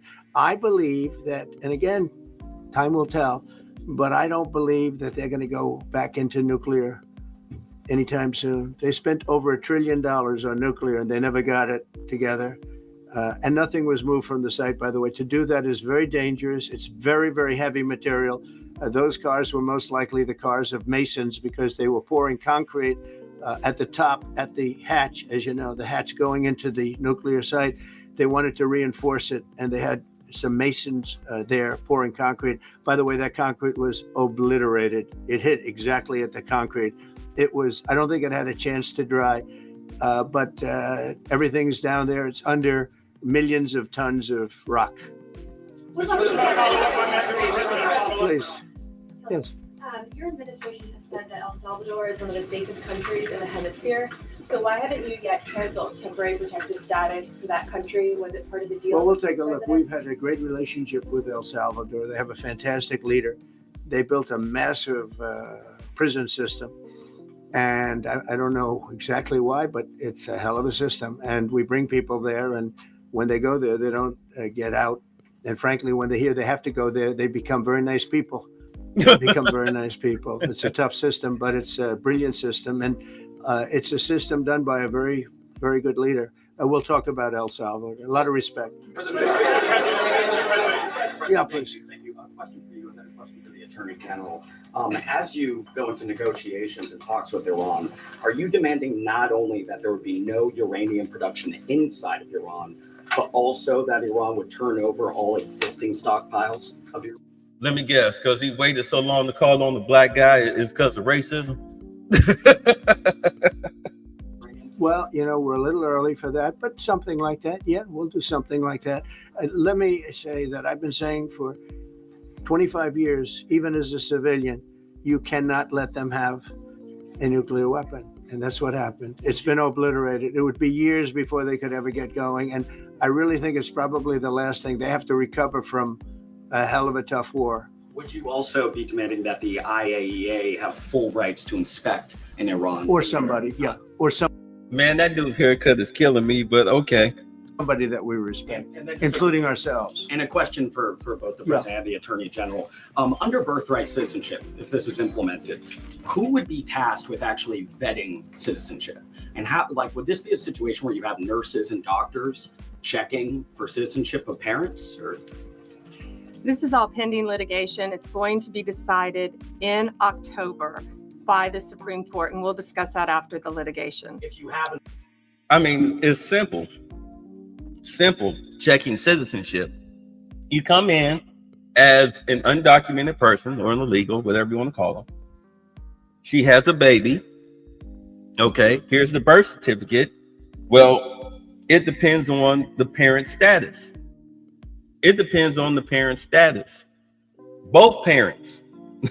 Depends on both parents' status. Are you both citizens or not? Okay, so you're an illegal or an undocumented, but you are. Well, we're going to make this baby undocumented or documented, but not a citizen until both parents are citizens. Because the scam is an undocumented has a baby with, American citizen, and therefore, be you the mother or the father, the child is granted U.S. citizenship. That's over. If you're not both of you are not documented, if one of you or both of you are undocumented, then the baby is undocumented. And more than likely, you would have to apply in order to get citizenship. And they're going to change the laws on that, on people waiting to get American citizenship, because technology is at a point now where you can easily speed up the process. You don't have to wait 10 years. You shouldn't even have to wait 5 years. But they can get your background info depending on what country you're coming from, as far as how advanced they are with their record system, and just find out what's going on with you, your affiliations, all of that. Just like the guy running for mayor in New York, this guy he signed up with a communist party. He's part of Sharia law. You understand? This guy's an infiltrator.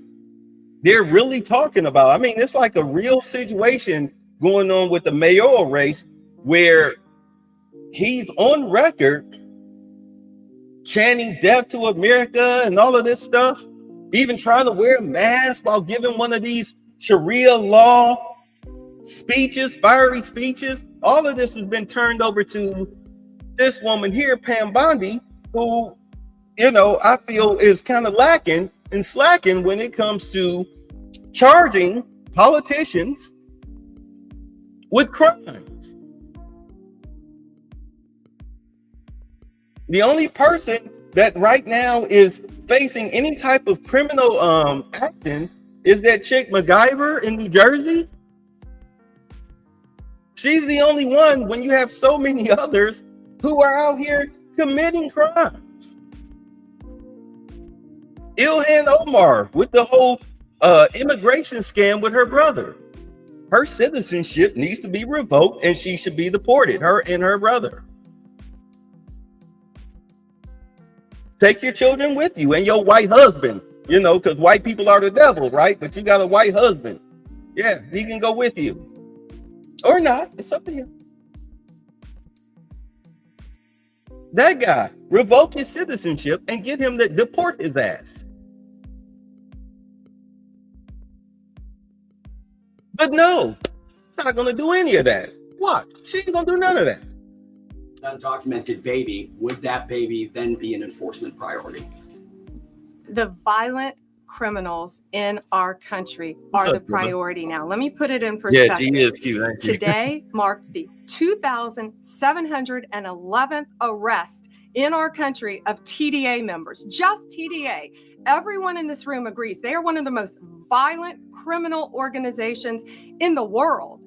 And the Biden administration let them walk into our country for the last 4 years.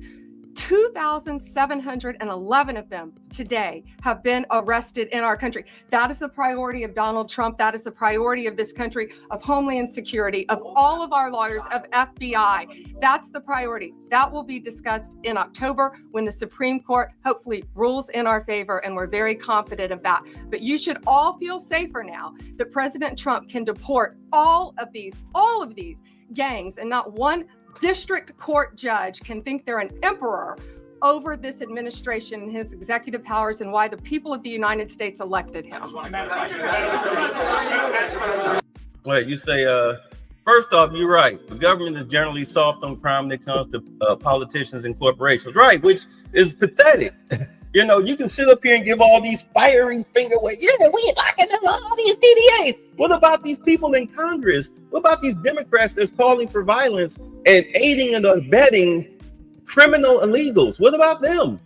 What about the mayor in Tennessee that doxed the ICE agents? Isn't doxing illegal? Let me dox somebody. Y'all be ready to kick in the door, but you let him get away with it? Are you kidding me?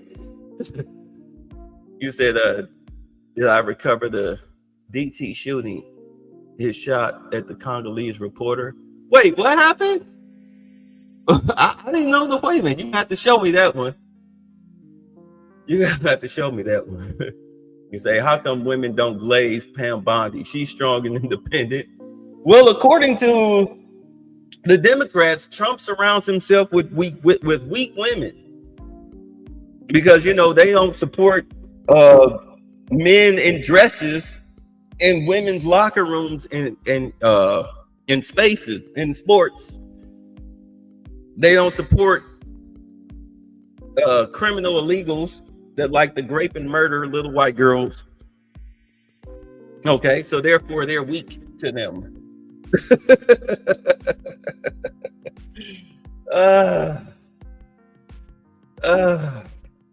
My goodness. Any rate, I just might add one thing, and you know, they used birthright citizenship, some of the worst people, some of the cartels, to get people into our country, just so you know. And again, I say, if you look at the end of the Civil War, the 1800s, it was a very turbulent time. If you take the end day, was it 1869 or whatever, but you take that exact day, that's when the case was filed. And the case ended shortly thereafter. This has to do with the babies of slaves, very, very obviously. And I think we're going to win. People I don't think they went about discussing it right. I came along and we looked and we said, wait a minute, this is wrong. We've been looking at birthright citizenship wrong for years, but they've used it. The cartels have used birthright citizenship to get very bad people in. And what Pam's doing and what Todd and everybody else, what they're doing at DOJ and all over, FBI, ICE, Border Patrol, these are incredible people.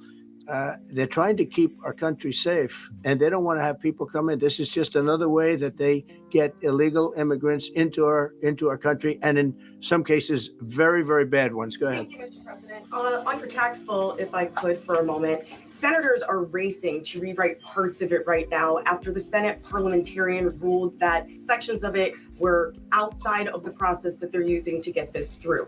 Do you think that senators should respect the decisions of the parliamentarian? And what have you personally done in the last 48 hours to try and get Republican senators who are against the bill to a yes? Well, look, it's a great bill.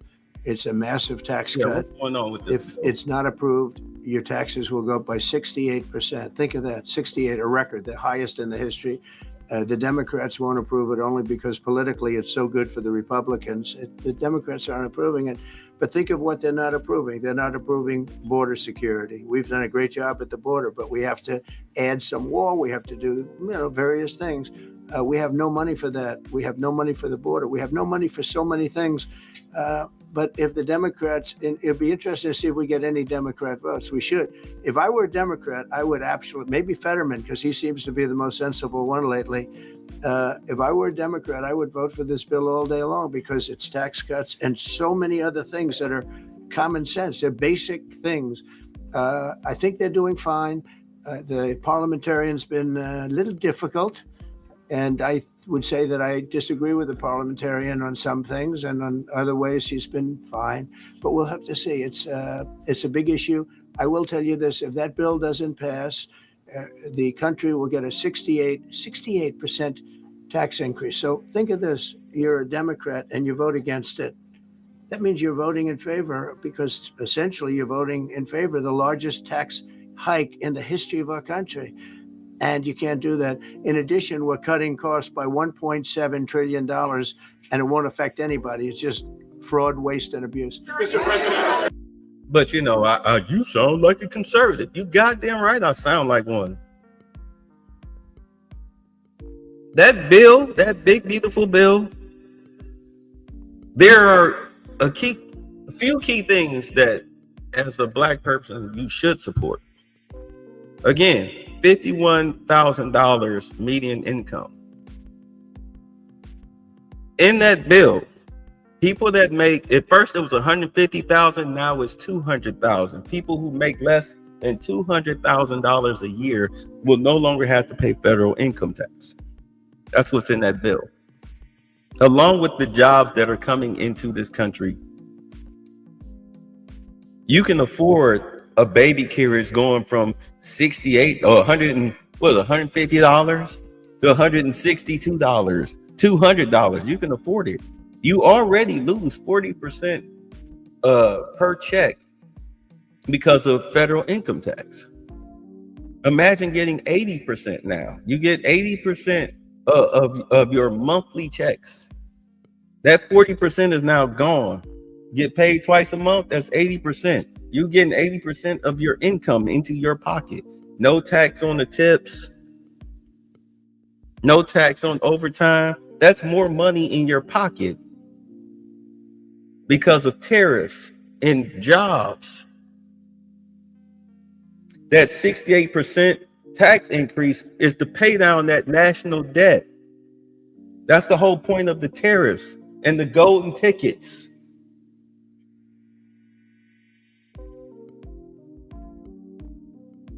You have to pay for things. You have to get this debt down. If you don't get the debt down, you literally will be back in a third world country. You will be standing in bread and soup lines. Do you not understand that?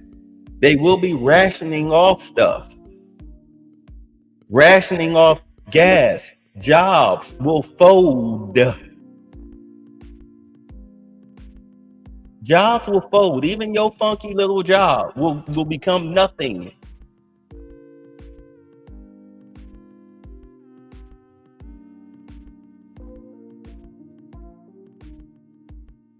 The worst thing that ever happened was NAFTA. You say, so Jibba, what is this DT and the cute reporter in the Oval Office? This may get me fired comment. I don't know what you're talking about. I looked it up. I didn't see it. Hold on, let me double check. Let's see.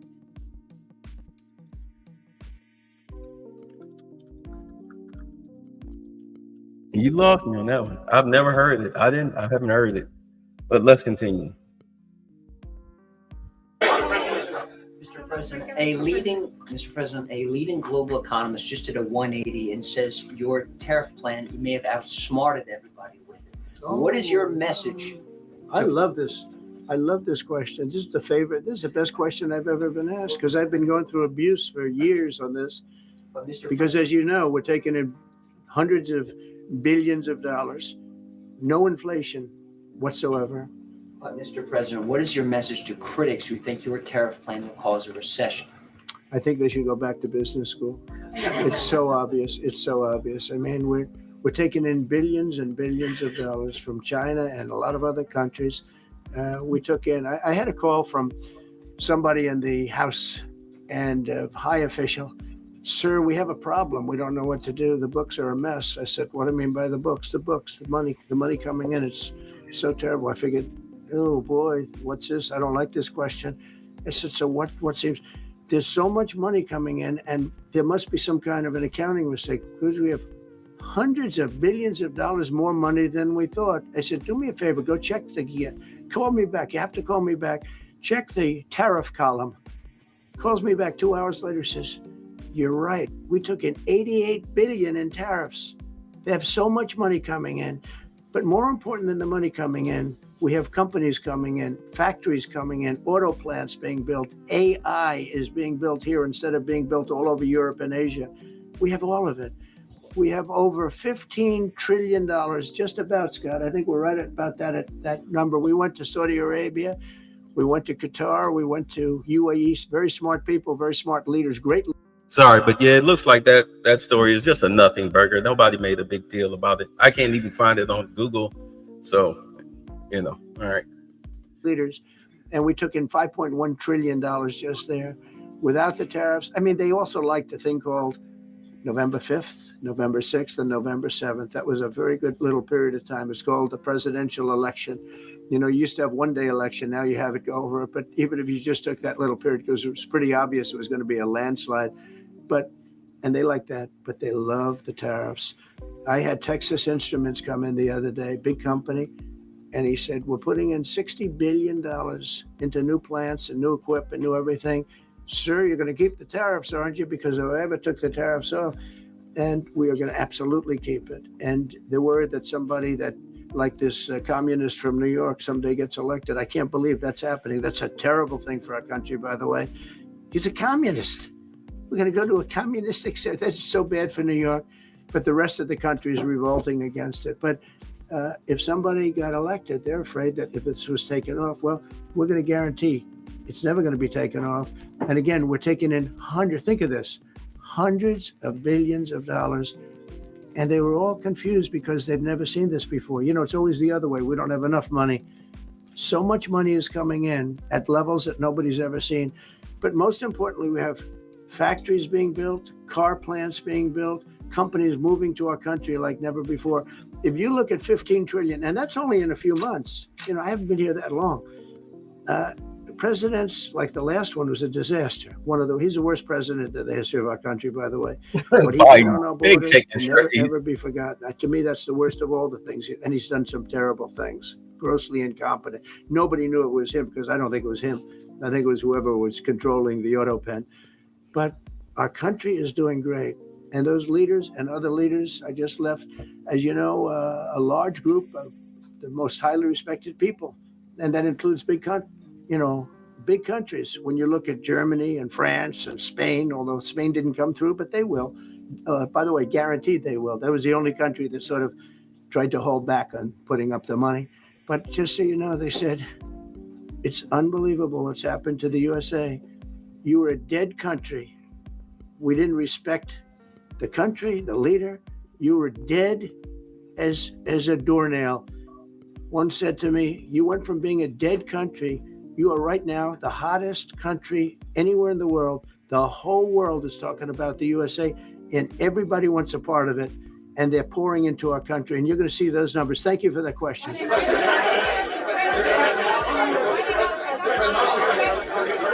Yeah, go ahead. Thank you, Mr. President. I have a question about trade. Secretary Bessent has said that he hopes tariff deals with major partners will be done by Labor Day. So if some deals are not done by your July 9th deadline, will some countries' tariffs go back up, or will they stay where they are? Well, there are some countries that are used to ripping us off, to be honest with you. And I don't want to name them, but you sort of can name them. And they're so used to just, taking it billions and billions of, look, we had a trade deficit of more than $1 trillion. Think of a trade deficit. That's because nobody cared. We cared a lot when, I took in hundreds of billions of dollars in tariff. We had the greatest economy in history up until now. I think we're going to blow it away. But during my time, and especially prior to COVID, we had the greatest economy in the history of our country. I think we're going to blow it away now based on the kind of numbers that we're seeing. But some countries are very angry because they've been ripping us off for years. They've been making billions and billions of dollars. There was nobody to negotiate with. They could do whatever they want. They charged us tariffs, by the way, at numbers that we've never seen before. And we ended up losing much more than $1 trillion a year. $1 trillion a year on trade.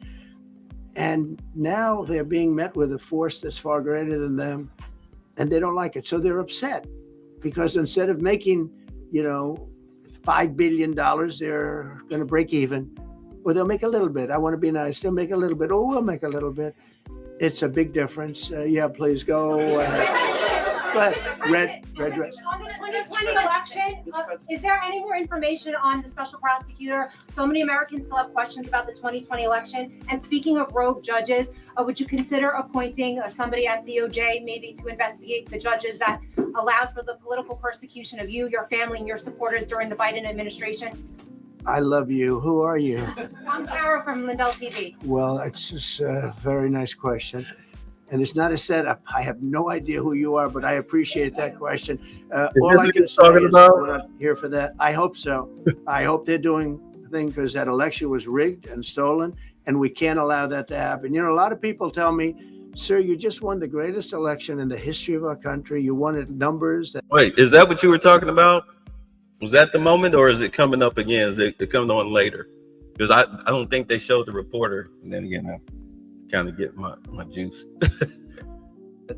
Won all 7 swing states, won the popular vote, won everything. Sir, go on with your life. And many people that say that, good people, friends of mine. Then you have people that say that same thing, go on with your life, but you have to find out what happened because you can't let that happen again. Look at what this lunatic did. Look at what he did. He opened our borders to people that were murderers, 11,888 to be exact, murderers. And we've captured many of those murderers and we're bringing them back. Or some of them are so dangerous that we don't even want to bring them back. We're afraid they're going to try and come back in. But he allowed people to come into this country, people from mental institutions, insane asylums. That's a mental institution on steroids. People from mental institutions, gang members, drug dealers, people, jails being emptied out into our country. Venezuela emptied out almost its entire prison population into our country. But I don't want to blame them. Many countries have done that. The Congo, we have a great press conference coming up later, and it's the Congo and Rwanda. They were fighting for years, and it was machetes, it was vicious. It was as vicious, people's heads being chopped off. And I have a man who's very good in that part of the world, very smart. What's up, Margaret? Put them together, and we're signing a peace treaty today. First time in many years they're going to have peace, and it's a big deal. We talk about Russia, and we're working that one. Keep in mind, though, he racist, though. What about Rwanda? What about the Congo? And now finally they're about to do something about it. And Haiti is up next, right? Because they are deporting a lot of Haitians that are here on the protective status. Yeah, they took that away from them, and they're deporting a lot of Haitians. But do understand, like, Haiti is under French rule, but France is literally doing nothing with Haiti. Literally doing nothing with Haiti. Watch before the end of the year. Watch the United States turn around and do something with Haiti. Just watch. Just sit back and watch. Because it's ridiculous that they're sitting on all of that sugar cane and all those minerals that the U.S. and other countries find very valuable that France is literally doing nothing with. It's just like with Greenland. Watch they work out a deal. I mean, you see, they cut Canada off. They cut Canada totally off, and now Canada is like, oh no, wait, hold on, I was just bluffing. Don't leave me. Cut them totally off. Watch. I mean, good Lord. What an exciting time. President Putin called up and he said, I'd love to help you with Iran. I said, do me a favor. I'll handle Iran. Help me with Russia. We got to get that one settled. And I think something's going to happen there.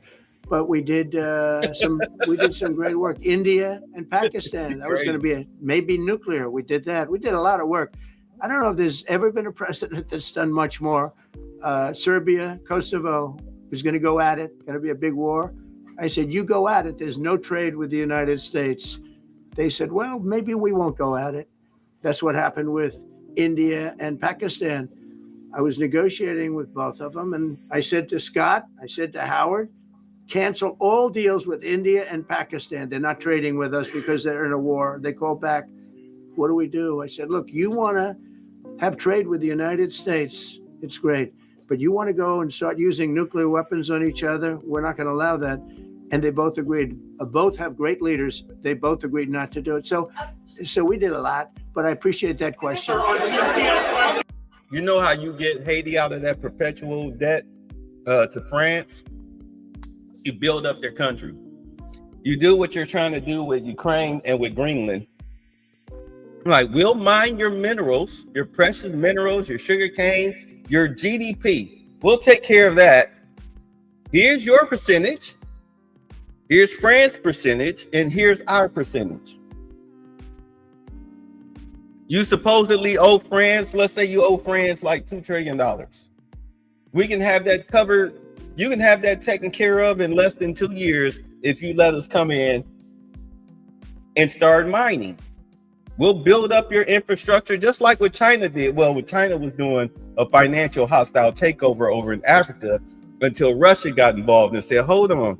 What Russia did, and this was last year, what Russia did, they went into these countries, these African countries, they forgave their debt, billions of dollars. They forgave their debt and then came in and helped them build up their infrastructure on a trade agreement for their natural resources. We'll start over fresh. This is the deal. You let us dig up your stuff. Here's your percentage. Here's our percentage. And we'll help build up your infrastructure. This is BRICS. This is the same thing the United States is doing, only Russia and China was doing it for BRICS. Same deal. Same deal. United States policies in Africa are trash. That's why they got kicked out of Africa. You're not giving us anything back. What, protection? You have soldiers walking our streets, but you know your soldiers are abusive. And now you're trying to force homosexuality on us? No, thank you. That's why you had coups in Africa. They were kicking the French out of Africa, walking, because they immediately signed with BRICS. You had coups that immediately signed with Russia, signed with BRICS, and then they were walking French soldiers out with pointed sticks and rocks. And the soldiers could do nothing but throw their hands up and back up, because if they took any action against them, that would be an act of war against Russia and China. So they had to back the hell up out, and they got the hell up out of there. France has become a shithole now. The UK is a shithole now because of their migration policies. And now they can't even afford to exist.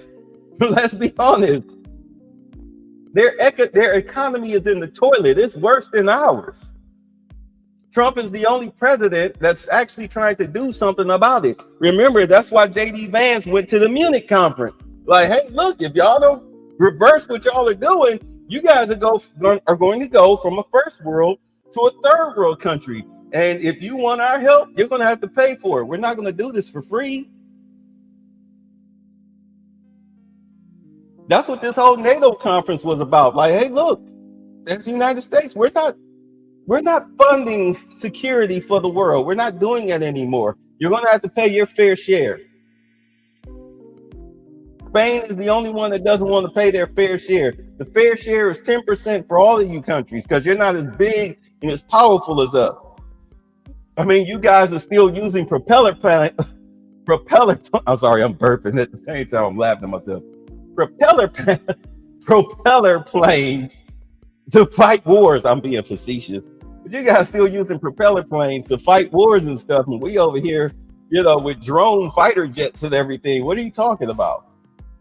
Like, you better start paying your fair share. We don't care where you get the money from. Maybe this will force you as a country, as a government, to reverse some of these stupid policies that you put in place, expel these foreigners that shouldn't be here, that are ruining your countries, and get your house in order. If not, you're going to collapse. And if you call on us, we want our money. You want us to save you, you got to pay us. That's what you're looking at. But yeah, that's how you save Haiti, though. They have to let us come in and start mining, and then split the profits. You can pay off your debt to France within 2 years, and then you can be a sovereign nation once again. But it's funny, like when all of that went on, though, when they had that slave revolt, let's call it what it is, because those people are financial slaves to France. When they had that slave revolt, whoever called themselves being the top dog in Haiti should have called up Russia and said, hey, Putin, I want to sign the BRICS deal. So that way we can get out from up under French rule. Should have did that, but nobody did that because nobody in Haiti is in charge. It's just France just pretty much just let them be who they are.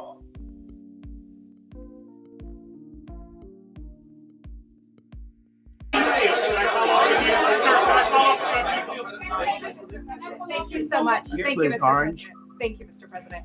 I was just speaking with Senator Ron Johnson on the One Big Beautiful Bill, and he says he really wants to get to yes for you and get this accomplished. He does. He's a good man. But he also said that he needs more time, and he is not certain that the July 4th deadline is Well, then he's not such a good man. because there's too much work to No, do. he's a good man. Ron How Johnson's important- doing a good job. He's very committed. Every Republican senator is committed. And, you could have a couple of grandstanders, in all fairness. You could have somebody else. And it's very dangerous because our country would go from being the most successful country in the world to who knows what happens with a 68%. Think of it, 68% tax increase. That was given by the Democrats because they like high taxes. I don't know what happened. All my life, I'd grow up and I'd watch politicians talking. I'd say, oh, that's fun. And they were always saying, we will cut your taxes. We will cut your tax. I never heard it. They say, we will raise your taxes. And they elect people like this guy in New York that maybe has a chance. I find it hard to believe, but he maybe has a chance. They want to raise your taxes. So they want to see a 68% tax increase. That's more money than anybody could afford. You'd go into a depression if that ever happened. So I think there's a lot of pressure to get that approved. How important is the July 4th deadline to you? If the It's important. It's not the deadline end all. comes in It can go longer, but we'd like to get it done by that time if possible. And look, we have a lot of very committed people and they feel very strongly about subjects that you're not even thinking about that are important to Republicans. The problem we have is that it's a great bill. It's a popular bill, but we'll get no Democrats only because they don't want to vote for Trump. If that bill was their bill, oh, they would be so happy. It's so great for our military. It's great for everything. And they would normally vote, but because their hatred of Trump, they have Trump derangement syndrome at levels never seen before. And instead of voting for a tax cut, they're voting for a tax increase of 68%. They're voting to destroy Social Security, destroy Medicare, and destroy Medicaid. And we're voting to make them perfect and to make them better, make them stronger and better. They're going to destroy Medicaid and they're going to destroy Medicare, and Social Security will follow. If you vote for the Democrats, you're dead on those three things. Thank you, Mr. President. On a related subject, many Democrats have said that they are not going to support crypto bills in Congress only because of you and your family's personal crypto ventures. And these votes are in some cases needed to pass. Are you open to the idea of pulling away from your personal crypto ventures just for the next few years if that helps get these crypto bills passed in the next few months? Well, it's a very funny thing, crypto. So I became a fan of crypto, and to me, it's an industry. I view it as an industry, and I'm president. And if we didn't have it, China would, or somebody else would, but most likely China. China would love to. And we've dominated that industry. It's a big industry, by the way. In fact, when the stock market went down recently, crypto and Bitcoin and all of that went down much less than anybody else as a group. And we've created a very powerful industry. And that's much more important than anything that we invest in. We invest in it, but really that was an industry that wasn't doing particularly well. I got involved with it a couple of years ago. And before the second term, I got involved before I decided to run. I only decided to run because I saw what was happening, and Biden was incompetent and the administration was crooked and incompetent. And I was in Bitcoin then, not knowing if I was going to do it a third time. So it's become amazing. I mean, it's the jobs that it produces. And I notice more and more you pay in Bitcoin. I mean, people are saying it takes a lot of pressure off the dollar, and it's a great thing for our country. So I don't care about investing. You know, I have I have kids and they invest in different things. They do believe in it, but I'm president. And what I did do there is build an industry that's very important. And, you know, if we didn't have it, China would. Okay. Sir, Mr. President, Go ahead. So in other words, I mean, if you really listen, he didn't answer the question. He didn't answer the question. He just said, I mean, he bowed down and said, man, I don't care about, like, it's cool, but I don't really care about it. But, you know, whether I'm still invested or not, we'll see. I mean, personally, I would, if I was him, in all honesty, I would go ahead. I would get out of the Bitcoin on a personal level. My family can stay in it if it's legal. If it's legal, family can stay in it. But I, as the president, I have to step away from it because I'm not supposed to, you know, set myself up for profit like that. You know, I mean, Nancy Pelosi, I can't pull a Nancy Pelosi. That's supposed to be illegal, right? You know, insider trading and whatnot.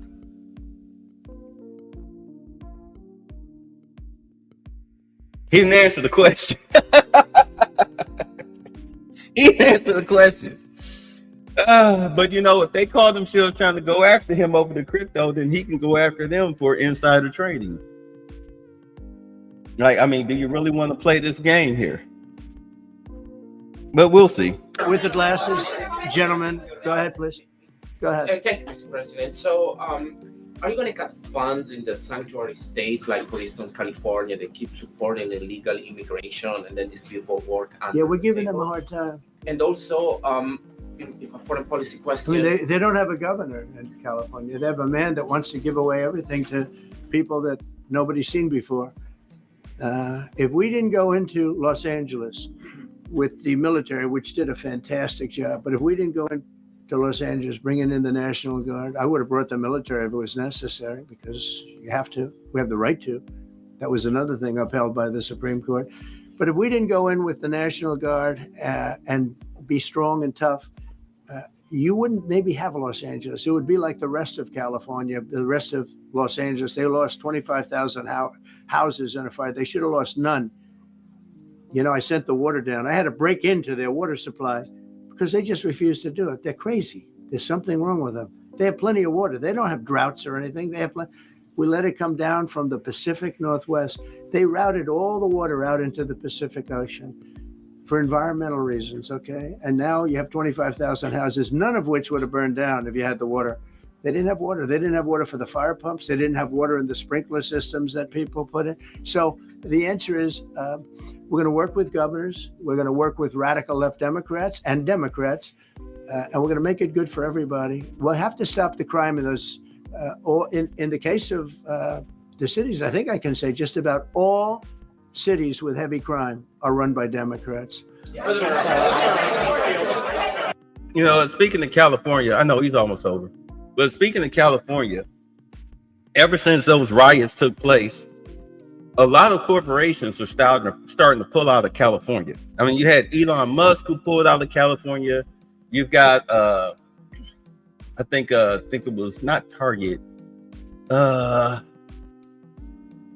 I'm sorry, I'm drawing a blank here, but you've had several corporations that they're pulled up stakes out of California and are moving to Texas. They're moving to Texas because of the tax base. Some of them are moving to Nevada, but they are pulling up stakes. They're shuttering their stores. These are like corporations, like chains and whatnot. They're done. They're getting out of there. I mean, it's bad enough that crime is legal in California, but now you've got them. They're burnt. Of course. I mean, how many times do you have to sit up there and continue to rebuild from riots? Insurance doesn't cover everything. And whatever is covered by insurance, I mean, come on, you get into a little car accident, your car insurance goes from like $65 a month to $165 a month. Your premiums just start going through the roof. Plus, you've got employees, insurance, you know, as far as them, that is, if they're, you know, documented or not. It's just cheaper to just close the store, burn off the inventory, or move it somewhere, move it to another location. I mean, look at Oakland and San Francisco. These places are turning into ghost towns. LA is on their way. It's on their way. Downtown Chicago, New York. Corporations are shuttering. Malls are emptying. Your economy is going in the toilet. And I know you think that, you know, well, they closed an In-N-Out burger here, a CVS there, whatnot. But every time one of these places close, you're looking at least anywhere between 14 to 20 people being out of work. So how many people are out of work if 10 stores close? Even a mom and pop shop that employs 4 to 5 people, 20 of them closed because of the riots, burned up their inventory and everything. The people are just going to file their insurance claim and call it a day. Call it a day. Move somewhere else. Get the hell up out of California. Why would you stay here? And now they're sitting up here trying to, the city officials are trying to stop people from cleaning up the graffiti. I mean, you got Karen Bass out there pretending to clean up graffiti, but out Portland, Oregon, no, they're trying to stop you from cleaning up the fuck ICE graffiti and everything. Certain parts of LA, they're trying to stop you from cleaning up the graffiti.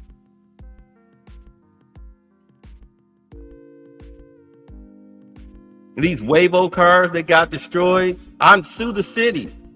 I'd sue the city for damages.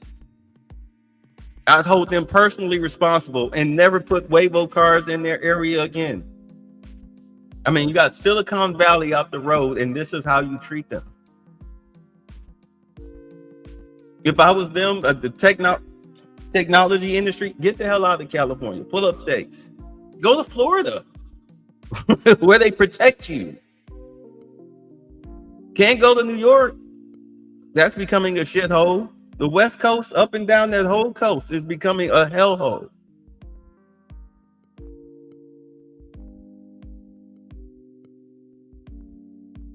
Texas or Florida? Hell, even the Midwest, Ohio, Kentucky, Tennessee, but avoid Memphis. Go somewhere else. Build your factories there. Create your industry there. Go where it'll be appreciated, not depreciated because of crime. Go ahead. 11 lies. Yeah, with the glasses. I'm with Iran. Go ahead, yes. Yeah, go, no, the man behind you, yeah, please. President Trump, Anthony Mashak from Amphibia, Lebanon. I want to ask you regarding the threats posed by Iran's allies and proxies operating in the U.S. They were threatening your life. So what do you say about that? And regarding the Lebanon, because Hezbollah is as well part of Iran's allies, is there any time frame in Lebanon regarding disarming Hezbollah in Lebanon? Yeah, Lebanon is a great place with brilliant people. You know, it was known for the professors and doctors and had an incredible history. and hopefully we can bring it back again. I just appointed a friend of mine who's Lebanese, and I didn't know he was Lebanese. I've known him for 20 years, very, very successful man. And I just appointed him. And I said, why would you want that? He said, because I was born there, I was raised there, I love it. I love it so much. I said, it's very dangerous going to Lebanon as ambassador. And he said, that's what they say, but I don't care about danger. I mean, this is a guy that is just a very big business guy. He wants to give up his whole life to go to Lebanon because he believes in it so much. We're with Lebanon all the way. We'll try and straighten it out. Action. Threaten my life? Yeah, they have threatened. I get that throbbing feeling every once in a while. Get that throbbing feeling, but you know what? That's okay.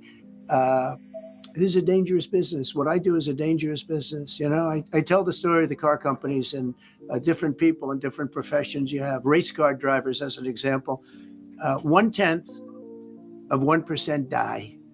Bull riders, 1/10 of 1%. That's not a lot, but it's people die. When you're president, it's about 5%. If somebody would have told me that, maybe I wouldn't have run. Okay? This is a very dangerous profession. Yeah, please. By the way, so many questions. Should we keep this going, Pam? Or not? This is the opposite of Biden. Biden would take a half a question and he'd leave without answering it. Go ahead. On Iran. You tell me when it gets boring. Okay? If Iran. Are you from Iran? No, I'm not from Iran. I'm from the UK. She's over here in this corner. If the intelligence reports conclude that Iran can enrich uranium to a level that concerns you, would you consider bombing the country again? Without question, absolutely. Have you had any Turned out to be unbelievable.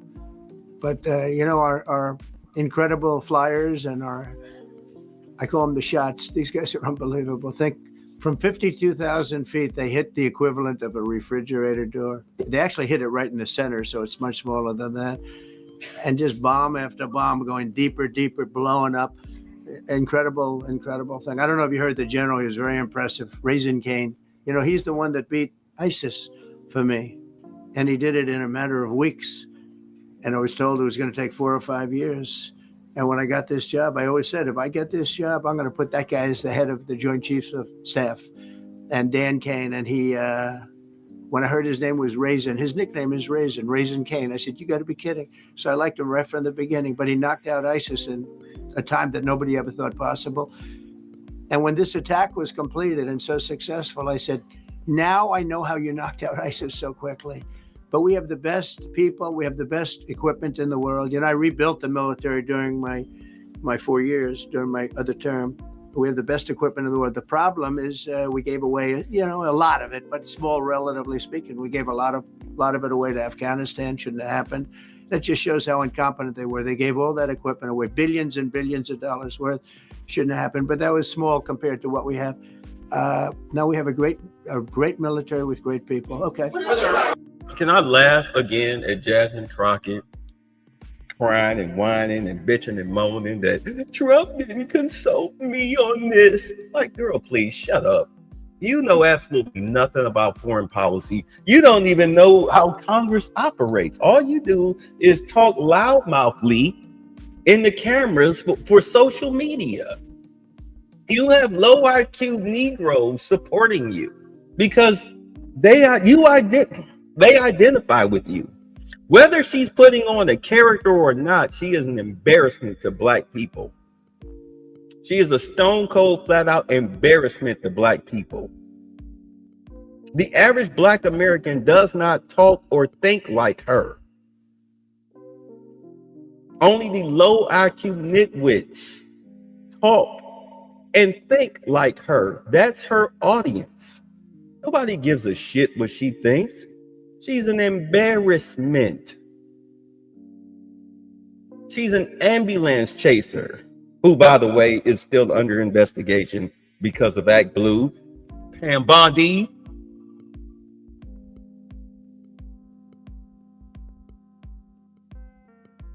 The hell out of here. He didn't ask us. This chick She threw her hat in the ring to be part of the Congressional Oversight Committee. There's over 400 members in Congress. She only got 4 votes. I'm sure she voted for herself, but who were the other 3 people that voted for Jasmine Crockett to be part of the Government Oversight Committee? And before all the votes were tallied up, she called herself dropping out of the race, I guess to avoid embarrassment, but it was too late. So then she threw a fit in Congress and picked a fight with Marjorie Taylor Greene because she was so disgruntled. She was so butthurt.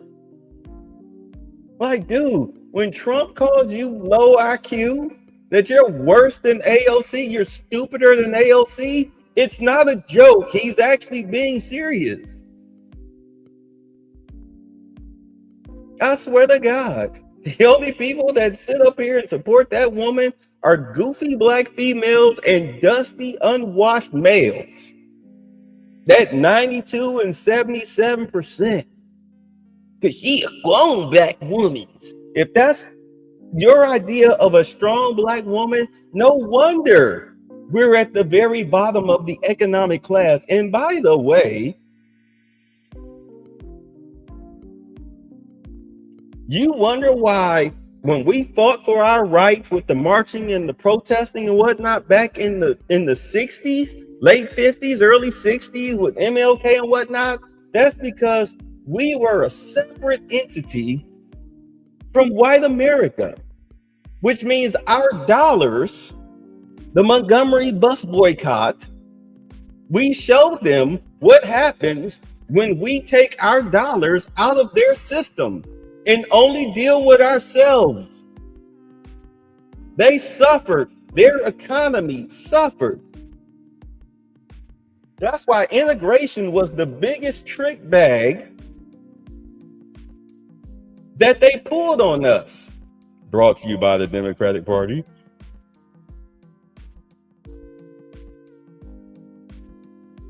Yes, we'll integrate our dollars with yours.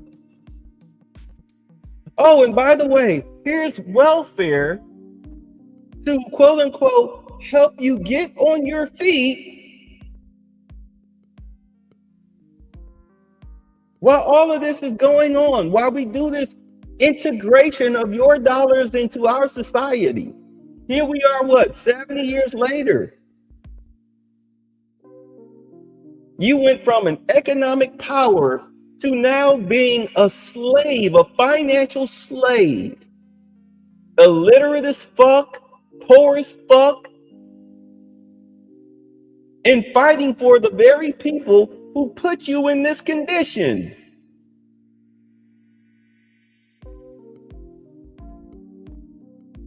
Every substantial leg up that Black Americans got since the Emancipation Proclamation, brought to you by the Republican Party, which used to be a majority Black party for the record, was brought to you through the Republican Party. You can't name me one thing the Democratic Party did for Black people, except for bringing you destitution. Matter of fact, you want to talk about Republicans are racist? They just did away with affirmative action, which was designated specifically for Black people. You know what party took away affirmative action just last year? The Democratic Party stripped you of it. And as far as I'm concerned, that was a good thing. And everything that Trump is now doing is a good thing, because you need to stop being dependent on white society. You claim that they're so racist and you hate them so much, but yet you take their subsidies. Well, the spigot is being cut off. It's now a merit-based society. You can't enact racism towards Black people without paying some type of financial or social penalty now against anybody. The only people that don't have to pay a penalty for being racist towards another group is black folks, towards other groups of people. But those days are coming to an end real quick. That's why I was left the other day when I played that clip with the gay black dude who was being called to the carpet about his racist words and ideology, and he humming a homina. He became the biggest bitch in Congress.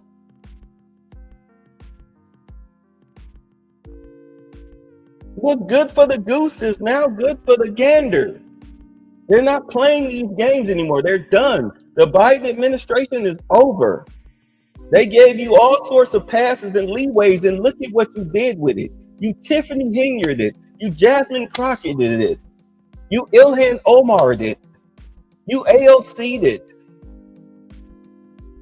You Fannie Willis did it. You Letitia James did it. They're done. They're done. It's over.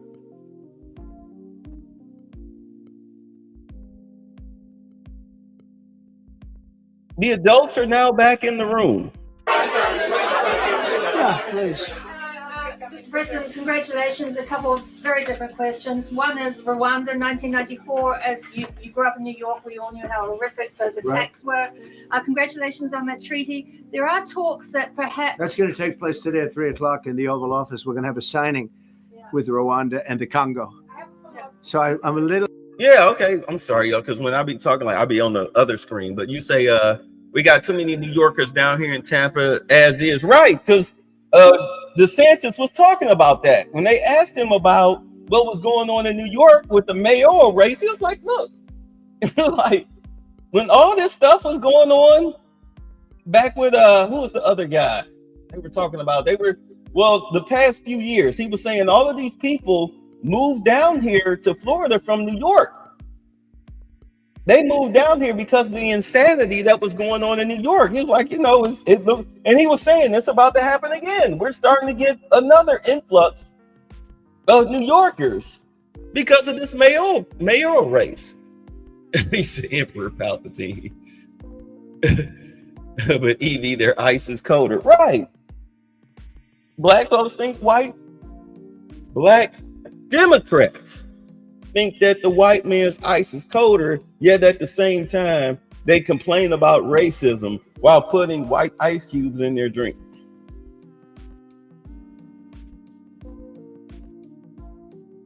Make it make sense. But EV whites do it too. I know. I mean, it's just like what happened down there in Shreveport. The white people down there, they wanted them to clean up the school system down there because of the violence going on in the school system. Just like, the guy that faked the racism claim against the white woman up in Denver. They wanted to clean up the violence in the school system. The black mayor was like, no, we're not doing that. So the white folks wanted to open up their own school and change the district. They didn't want to do that. So the white folks just said, okay, cool. They voted. And they removed their tax base. They moved their tax base. They created a whole new town and took their tax dollars out of, I think, Shreveport. Took their money out and put it in their own town with their own school district where their kids could go to school without worrying about school violence. And the black folks is mad, talking about some racism. Like, excuse me. You now have, as black people, you now have total control over this area. Isn't that what you want? I mean, if we're racist, why are you mad that we're giving you control of your own area? Why are you mad? Make it make sense. Why do you want to integrate with us if you think we're racist? Please explain it. Why do you want to be up under us so bad if we're racist? Help me explain it. I don't get it. You say many New Yorkers moved down south to Mississippi as well. Yeah, because of that tax base. That tax base. Plus now in Florida, DeSantis did away with land tax. No more squatters' rights. And you own, when you pay off your home in Florida, you own it outright. No more land tax. That's beautiful. Florida's racist. Out of my league in that one because I didn't know too much about it. I knew one thing: they were going at it for many years and with machetes. It is one of the worst wars that anyone's ever seen. And I just happened to have somebody that was able to get it settled. I mean, just a brilliant person who is very comfortable in that part of the world. It's a very dangerous part of the world. I said, are you uncomfortable there? People are being killed. School children are being raided and killed. And I don't even want to say how, but as viciously as I've ever heard. Are you uncomfortable? No, that's the part of the world that I know. Very comfortable. Was able to get them together and sell it. And not only that, we're getting for the United States a lot of the mineral rights from the Congo as part of it. They're so honored to be here. They never thought they'd be coming to, look, this is a very tough part of the world. They never thought, they were just telling me, they never thought they'd ever be coming to the White House. And they're so honored. And so we're going to give them a great big reception. But that's after many years of fighting. It's a great thing. That's at 3:00, I believe. Wow. So America is back in Africa. They're now in the Congo. Getting them mineral rights, because this is all about resources. Without resources, your society can't function. So now they're going to rebuild in the Congo and try to bring safety and security to the Congo and try to bring them into the 21st century. Amazing. I'm not even mad at it, but I guess that's racist. It's racist to help, black people, get them to stop cutting each other's heads off and burning each other alive and everything, and helping to build their society. That's racist. Sir, are you concerned at all about secret nuclear sites in Iran? You talked about maybe just secret nuclear site? Yes, there might be some of Not really. Can I tell you? They're exhausted. And Israel's exhausted too. And I dealt with both of them. And they both wanted it settled, both of them. And we did a great job, but they're exhausted. The last thing they're thinking about right now is nuclear.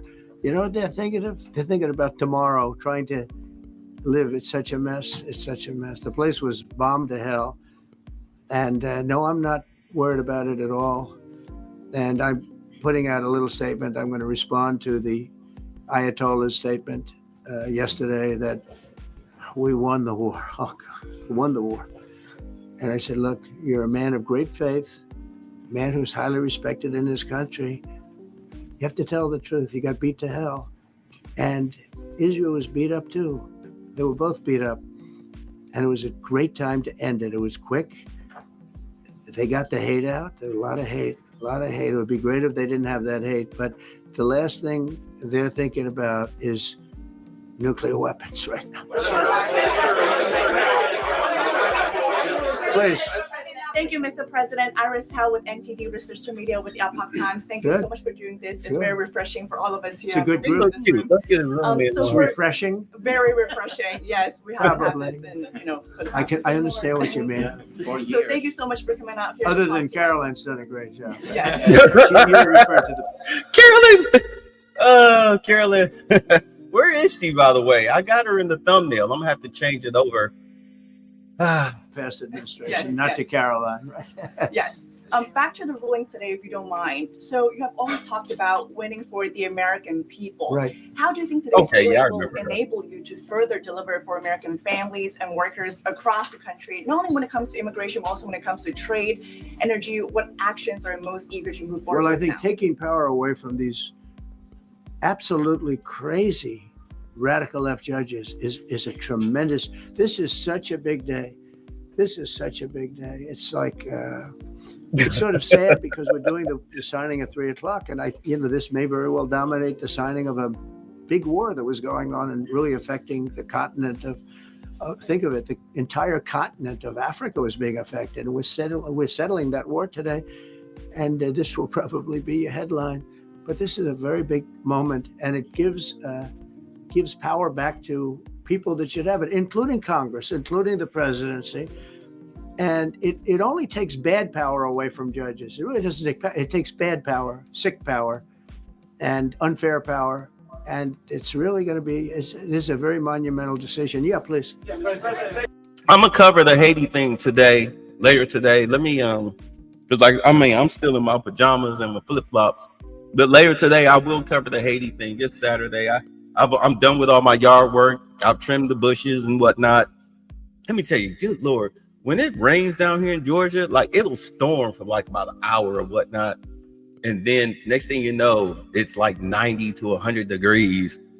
And that helps the grass grow. I've cut the grass twice within 7 days because it grows. But I'm done.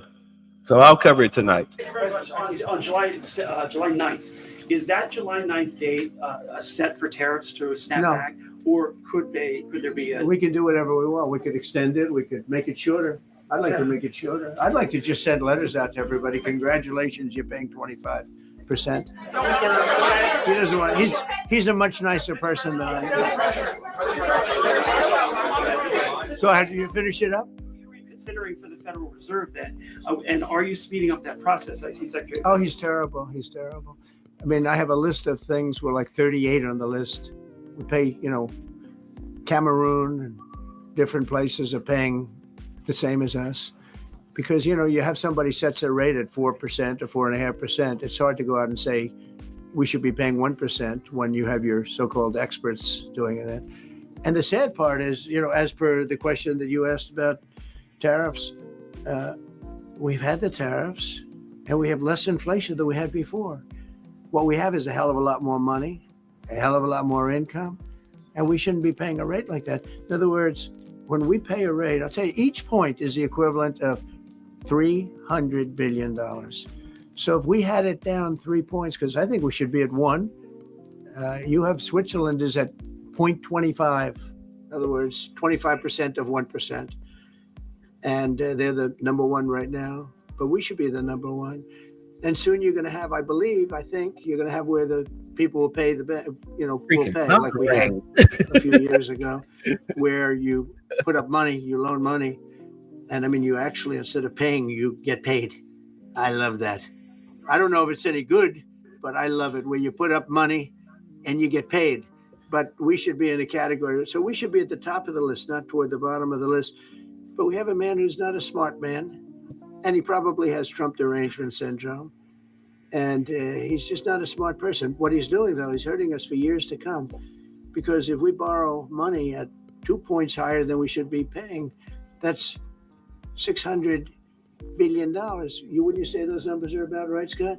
So it's 2 points would be about 600, actually more than that, but about $600 billion, all because the guy doesn't want to lower the rates. He's doing the service, a very disservice. And then he goes up, talks about, I'd like to see costs come down. He gets up and he does his little thing for 5 minutes, and he goes out and he goes back to the beach. He goes, I'd like to see costs come down.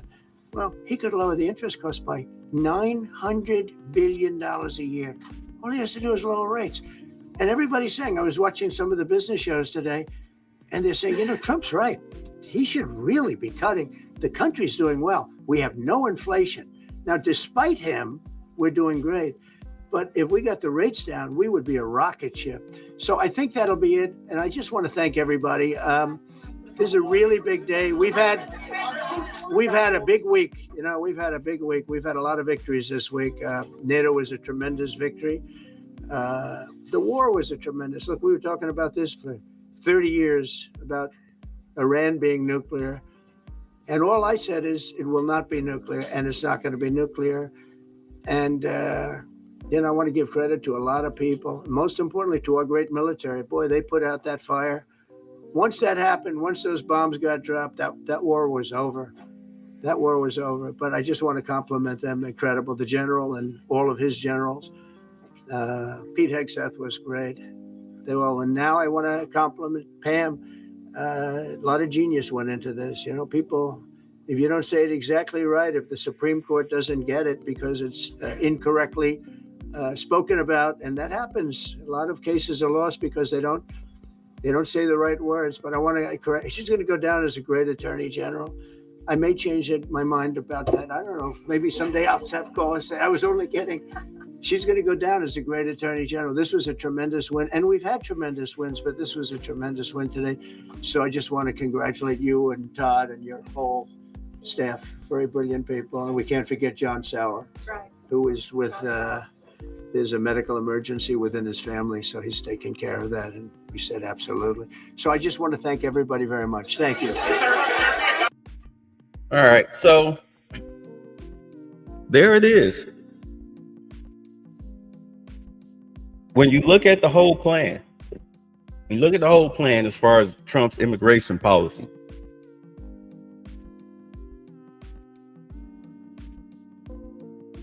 they knew that in order to get illegal immigrants out of the country, the biggest thing you had to do was cut off the money, which means you had to go into the Social Security Department. You had to go into the Social Security Department. I mean, it's so bad that you had some guy, he literally barricaded the doors to keep Doge from getting into the actual physical Social Security Department. Just like they did with the Board of Education. The security team beat Maxine Waters and those other Democratic pieces of shit from getting into Department of Education, the physical building there in Washington, D.C., blocked them from getting in there. They got in there before they did because they were trying to stage a protest inside the Department of Education. Beat them there. Remember Maxine was trying to finger wag that dude. Who is you? What is your badge? Yeah, beat them to it. Beat them to it. But once, I know I'm broken recording, but once Elon Musk left Doge, they granted Doge access to the Social Security Department past read-only access. They now are able to see all of these extra birthdays on Social Security numbers. So now with their AI technology, which is very advanced, they're going through it to see who's committing fraud in the Social Security Department as far as the illegals. They're running through it.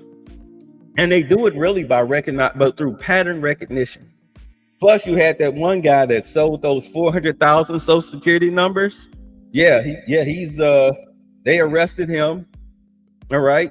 He's about to go to jail for that. Yeah, these low-level people. So they're going to clean all these illegals out.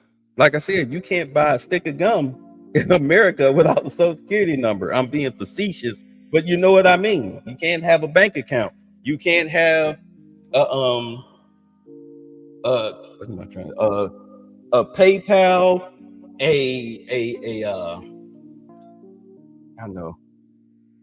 a Venmo or a Cash App or a Zelle without a bank account. Well, without a Social Security number, you can't have a bank account. So if they cancel all of these people's Social Security numbers, you can forget it. You can't even be employed without a Social Security number unless they pay you under the table cash. And we are so far removed from a cashless society. I mean, it's like I've got anyway. I have cash saved up, actual cash, but it's just sitting there collecting dust. I don't even touch it. You know what I'm saying? It's just there. But hardly anybody uses cash. Everybody is pretty much using cards now. This is why I was saying this last year. I feel sorry for, the little corner store hanger-outers that be begging for change. Yeah, man, let me get $1, blah, blah, blah. Like, I ain't got it. I mean, right now you got the YNs, the water boys, who are running these QR code scams and all of this stuff with people who are stupidly. I mean, how stupid are you to hand over your phone, your unlocked phone, with your Cash App open to a water boy while you sitting in your car? And you're a female too? You're the biggest fucking idiot in the history of Idiotville. That's them Jasmine Crockett supporters. And you wondering why the water boy built you for over $1,100 and $800, and your stupid ass scanning QR codes, talking about some giving them $1 for a bottle of water or Gatorade. You got what you deserve. You got what you paid for. Yes, that bottle of water cost you $1,100 because you were stupid enough to do that. Because we are in a cashless society.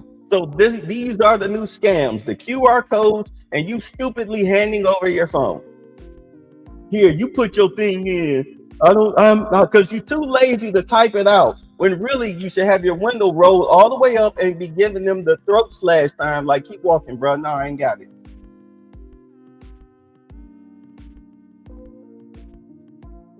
You're begging to get ripped off.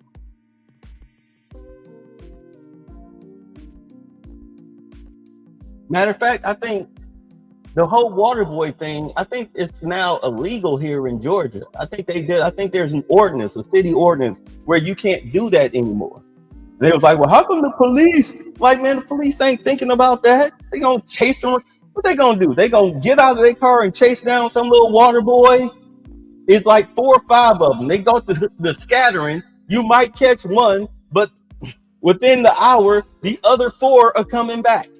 The other 3 are right back in that spot. You're wasting your time, especially when you catch them and then you take them downtown and then all they do is get a signature bond and they're back out on the street within the hour. You're wasting your time. The cops are not going to do anything about it. You as a society have to police that by just not patronizing them, period. You make them go away by killing the economy.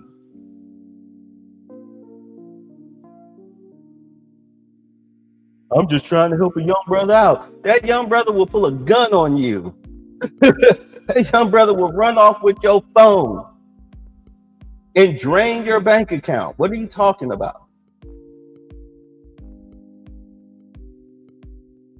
Them's baby's kids. You say careful, bitter. You sound like Fannie Willis with that cash. Oh, cash in the crib.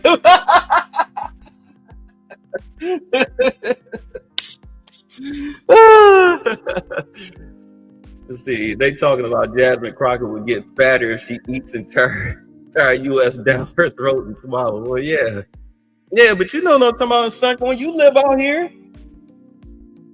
and we already know where they down here in Atlanta. We know where they at. They down there in the West End.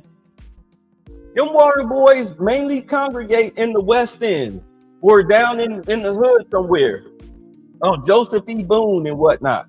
They be up in that area. Over there by the Georgia World Congress Center and well, it's not the Georgia Dome anymore, but where the football stadium is. They're either there or they're in the West End. They concentrate on that southwest side.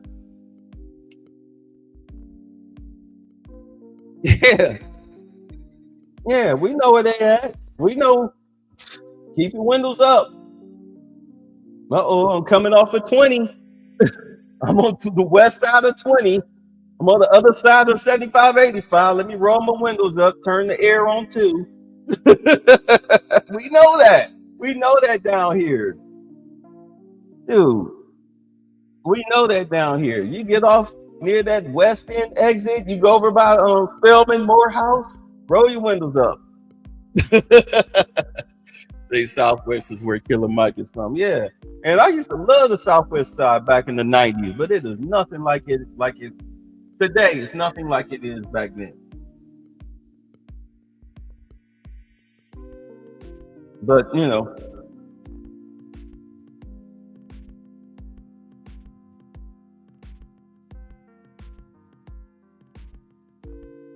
you have to bring jobs back into the community. You have to fight poverty. The way you fight poverty is through education, proper education. And hopefully with the dismantling with the Department of Education, putting the education into the parents' hands, with the removal of illegals out of the Social Security and Medicaid system, all right? That means you get better health care more money for healthcare, Medicare, Medicaid, more coverage. You get more an increase, a better increase on the cost of living that they give you every year on Social Security. Instead of getting $100, you actually get maybe $500 to bring you up to the cost of living. This is why you see a lot of seniors working at like Walmarts and Kroger's and whatnot, and doing all this cashier stuff and greeters and whatnot, because they can't afford to live off of Social Security. They have to get a part-time job. They have to get a part-time job. You know, you get all the illegals off of Social Security, there's more money to dole out for seniors who deserve it. You get them off of the welfare rolls. Also, the deadbeats, you get them off of the welfare rolls, off of these government assistance rolls. You clear all of that out, and then you make it for who it's supposed to be. It's supposed to be for seniors and the disabled, be it mentally or physically. You need a little help? Cool. Here's a cap. You got 2 years on Section 8, and then you're done. You should be able in 2 years to build up enough money or be able to go to school, get a better job, and be able to pay some real rent instead of sucking off the government's teeth. Because we racist, remember? We racist, remember? But you want to suck on our teeth. You want to nuzzle up under us. You want to pretty much be our roommates. Like, no. Those days are done. You help get your kids a proper education. Have them study AI and blue collar stuff like electrical engineering. Not electrical engineering. Yeah, electrical engineering, HVAC, plumbing. All right, truck driving. That's still in play. Matter of fact, they passed a rule last year. It was a law that they passed. The trucking union, if I'm not mistaken, they passed a rule or a law. They helped get a law passed where with these self-driving trucks that you saw in that Wolverine movie, the automated trucks, you have to have a driver in the cabin just in case something goes wrong. Like it hit Mrs. O'Leary's cow, or it crashed into a car, or some fool jumps out the middle of the road and gets splattered. You got to have a driver in the car. Like, hey, okay, well, this is what happened. This is what I saw. They talked to local law enforcement or whatever. Yeah, this was the situation. They have to explain it. So therefore, truckers are still employed. I mean, they can sit in the driver's seat or in the cabin or whatever and go to sleep, whatever. But they're in the truck. You know what I'm saying? They're in the truck. So they're still pulling a salary, even if they're not driving. Even if they're not driving. You need those jobs. Auto repair, you need those jobs. Be an electrical car or a gas powered or a hybrid. You're not going to get an AI to fix it. You're going to need an actual physical person to take it apart, put the parts in and all of that stuff. You need to bring those skills back. It used to be a time, before we came into our most educated phase, where with a high school diploma, you could get a job that would pay for your house, 2 cars, and send your kid off to college. Just by selling cars or working in a factory or working in office job. Because costs were low. We didn't have the problems that we have now with immigration and inflation.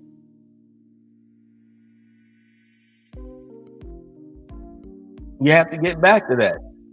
I mean, you're not going to 100% turn back to that. You might get at least close to 50% of that. Close to 50% of that. But when you lessen the people, your help, it helps. Him doing the little app where people can self-deport. You cut off their money, they self-deport. You buy them a plane, train, or automobile ticket the hell up out of this country and give them $1,000 to help them resettle back into their home country or whatever the hell they want to go. That's a beautiful thing. That's the most humane way to handle it.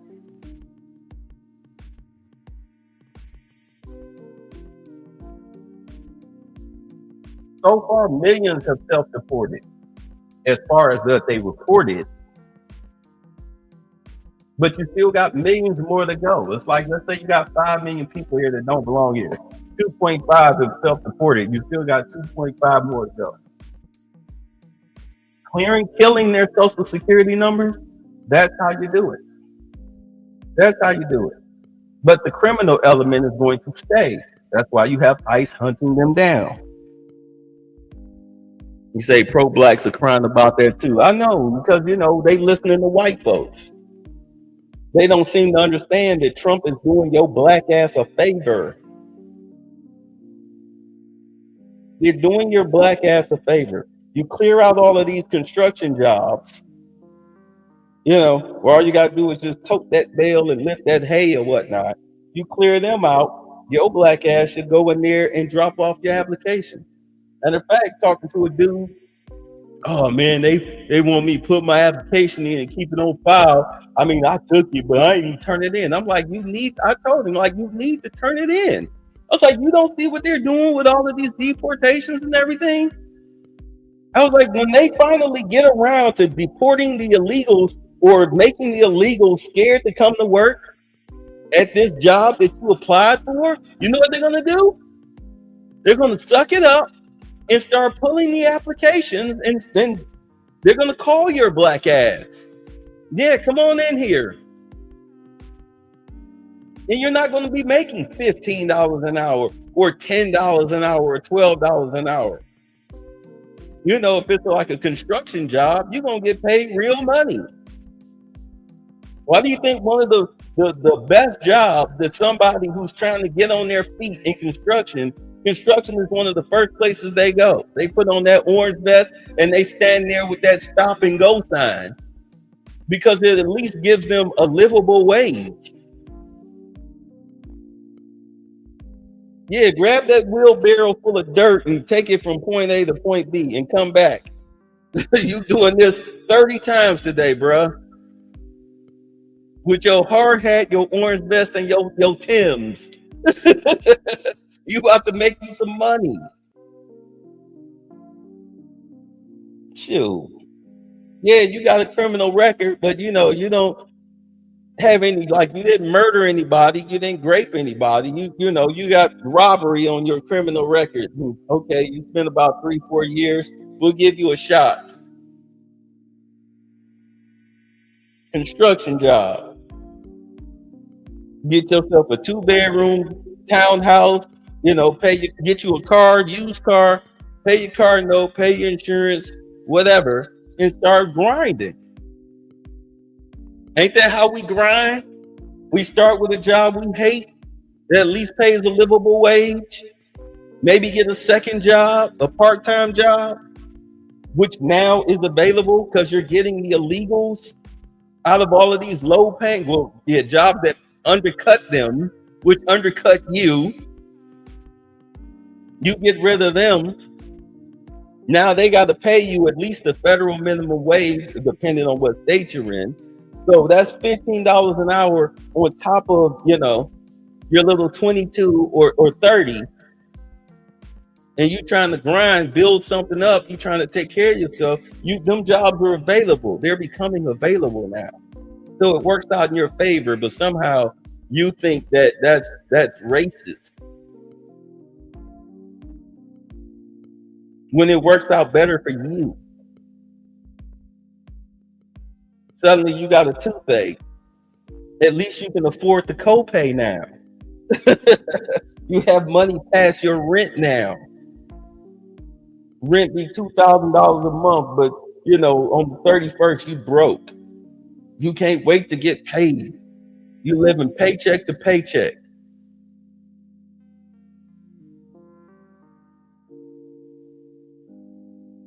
You got to look at the big picture. That's the problem. That's really the problem. I mean, it's not just financial illiteracy that kills us. but it's also short-term thinking because we're taught to live in the moment and not see down the road.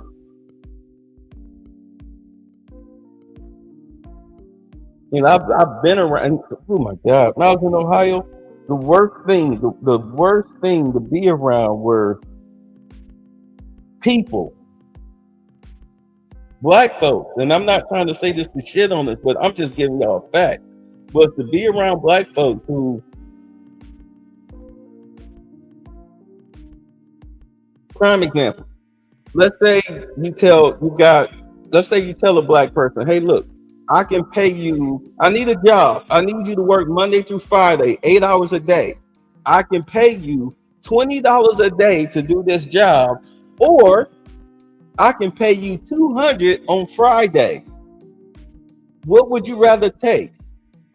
I'm around black folks that would take the $20 a day for 5 days instead of the $200.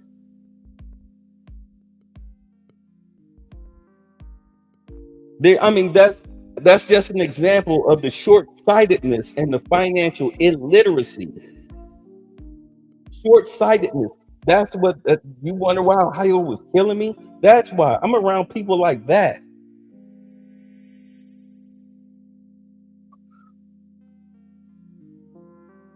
You say yesterday I was stopped by an automated flagger device. Workers were installing a phone pole.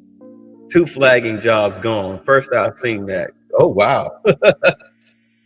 Let's see. Yup, a 25-pound sack of rice versus takeout every day. Yeah. Give me the sack of rice. But these things have to be installed. They have to be instilled in you as a child.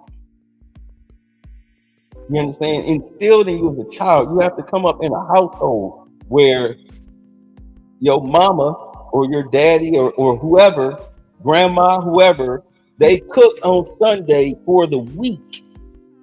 Maybe on Thursday you get a pizza because you want to change your pace. But you cook, big pot of greens, thing of macaroni and cheese, whole thing of chicken or spaghetti, whatever. You cook for the week. You eat that for the week. Take some of this for lunch. I mean, what was the whole thing about Thanksgiving? You go to work, you eat turkey sandwiches, turkey soup. Oh, I'm sick of turkey. Ham. Oh, I'm sick of it. Yeah. You cook for the week. Everybody loves chicken. Cook for the week. You good. That's how you save money.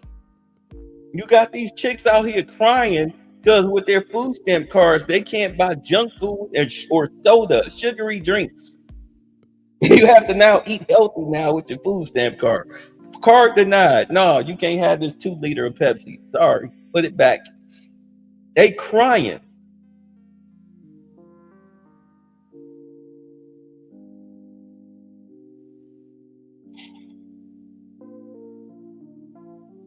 This is racist. Say, I don't want no bank hold my money versus a bank account. Well, what are you going to do? Money is digital now. Money is digital now. So what you going to do? You going to put it on the Cash App card? Can't have a Cash App without a Social Security number, and you can't have a bank account without a Social Security number. You can't have a Cash App card without a bank because it has to sit somewhere.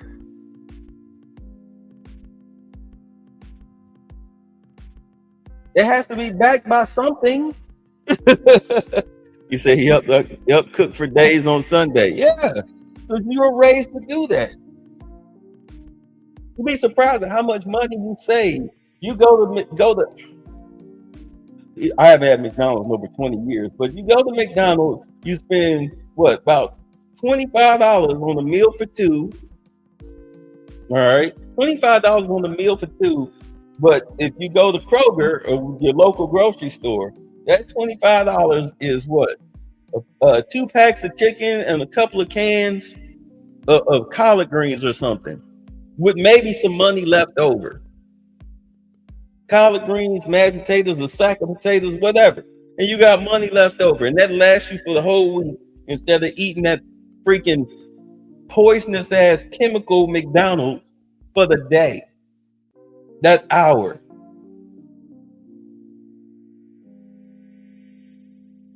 then wondering why you broke come Wednesday. After you got paid Friday, you broke.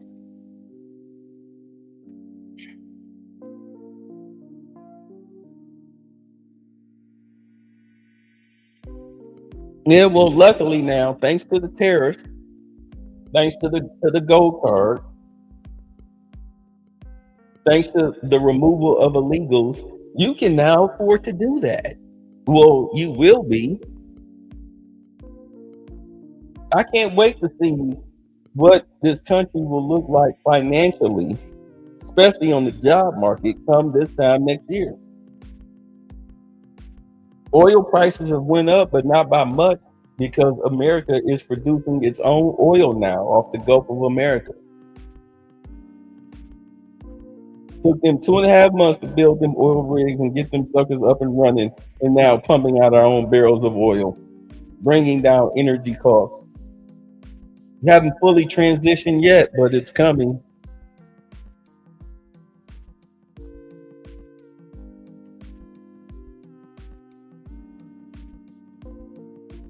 Understand that wanting the best for America, where you live, where your passport says you're a citizen of, is wanting the best for it is not racist. You just need to know how to work the system. Stop thinking that white folks owe you something. They don't give a fuck about you. They care about themselves. You need to care about yourself. And they're done giving you handouts. So now what?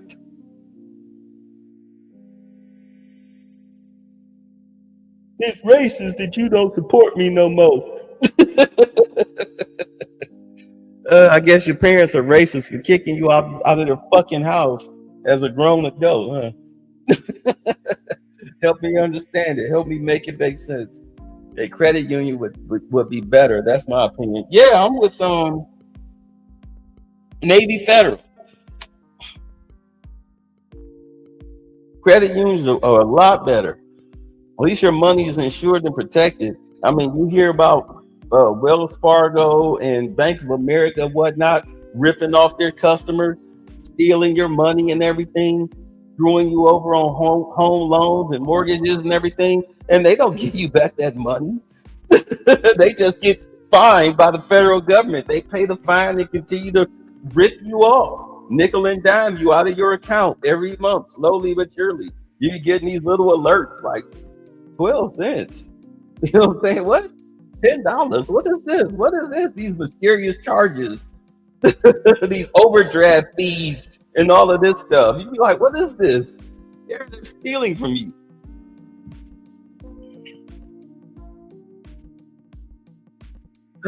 Anyway, y'all, we're 3 hours in.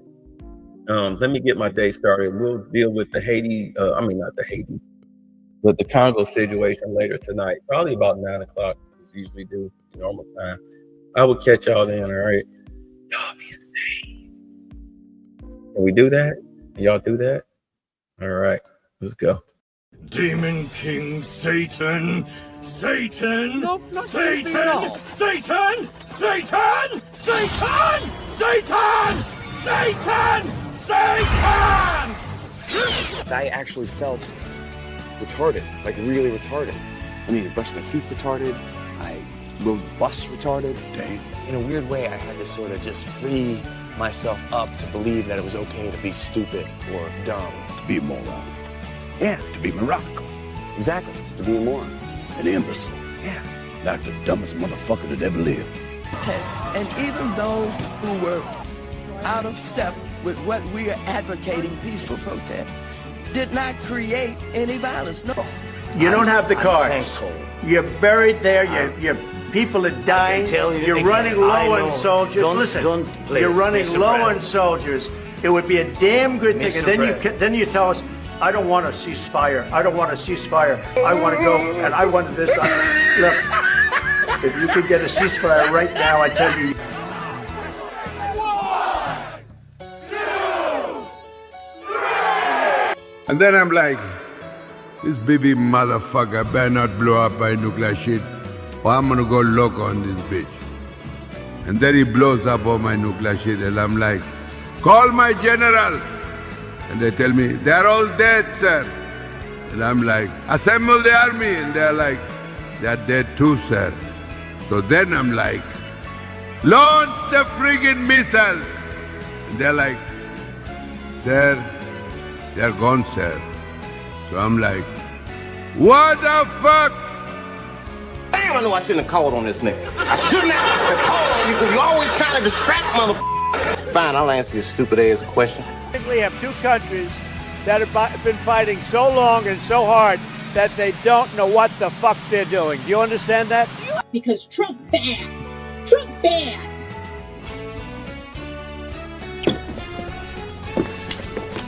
Get the fuck out! All right, bye. Thanks for the fun.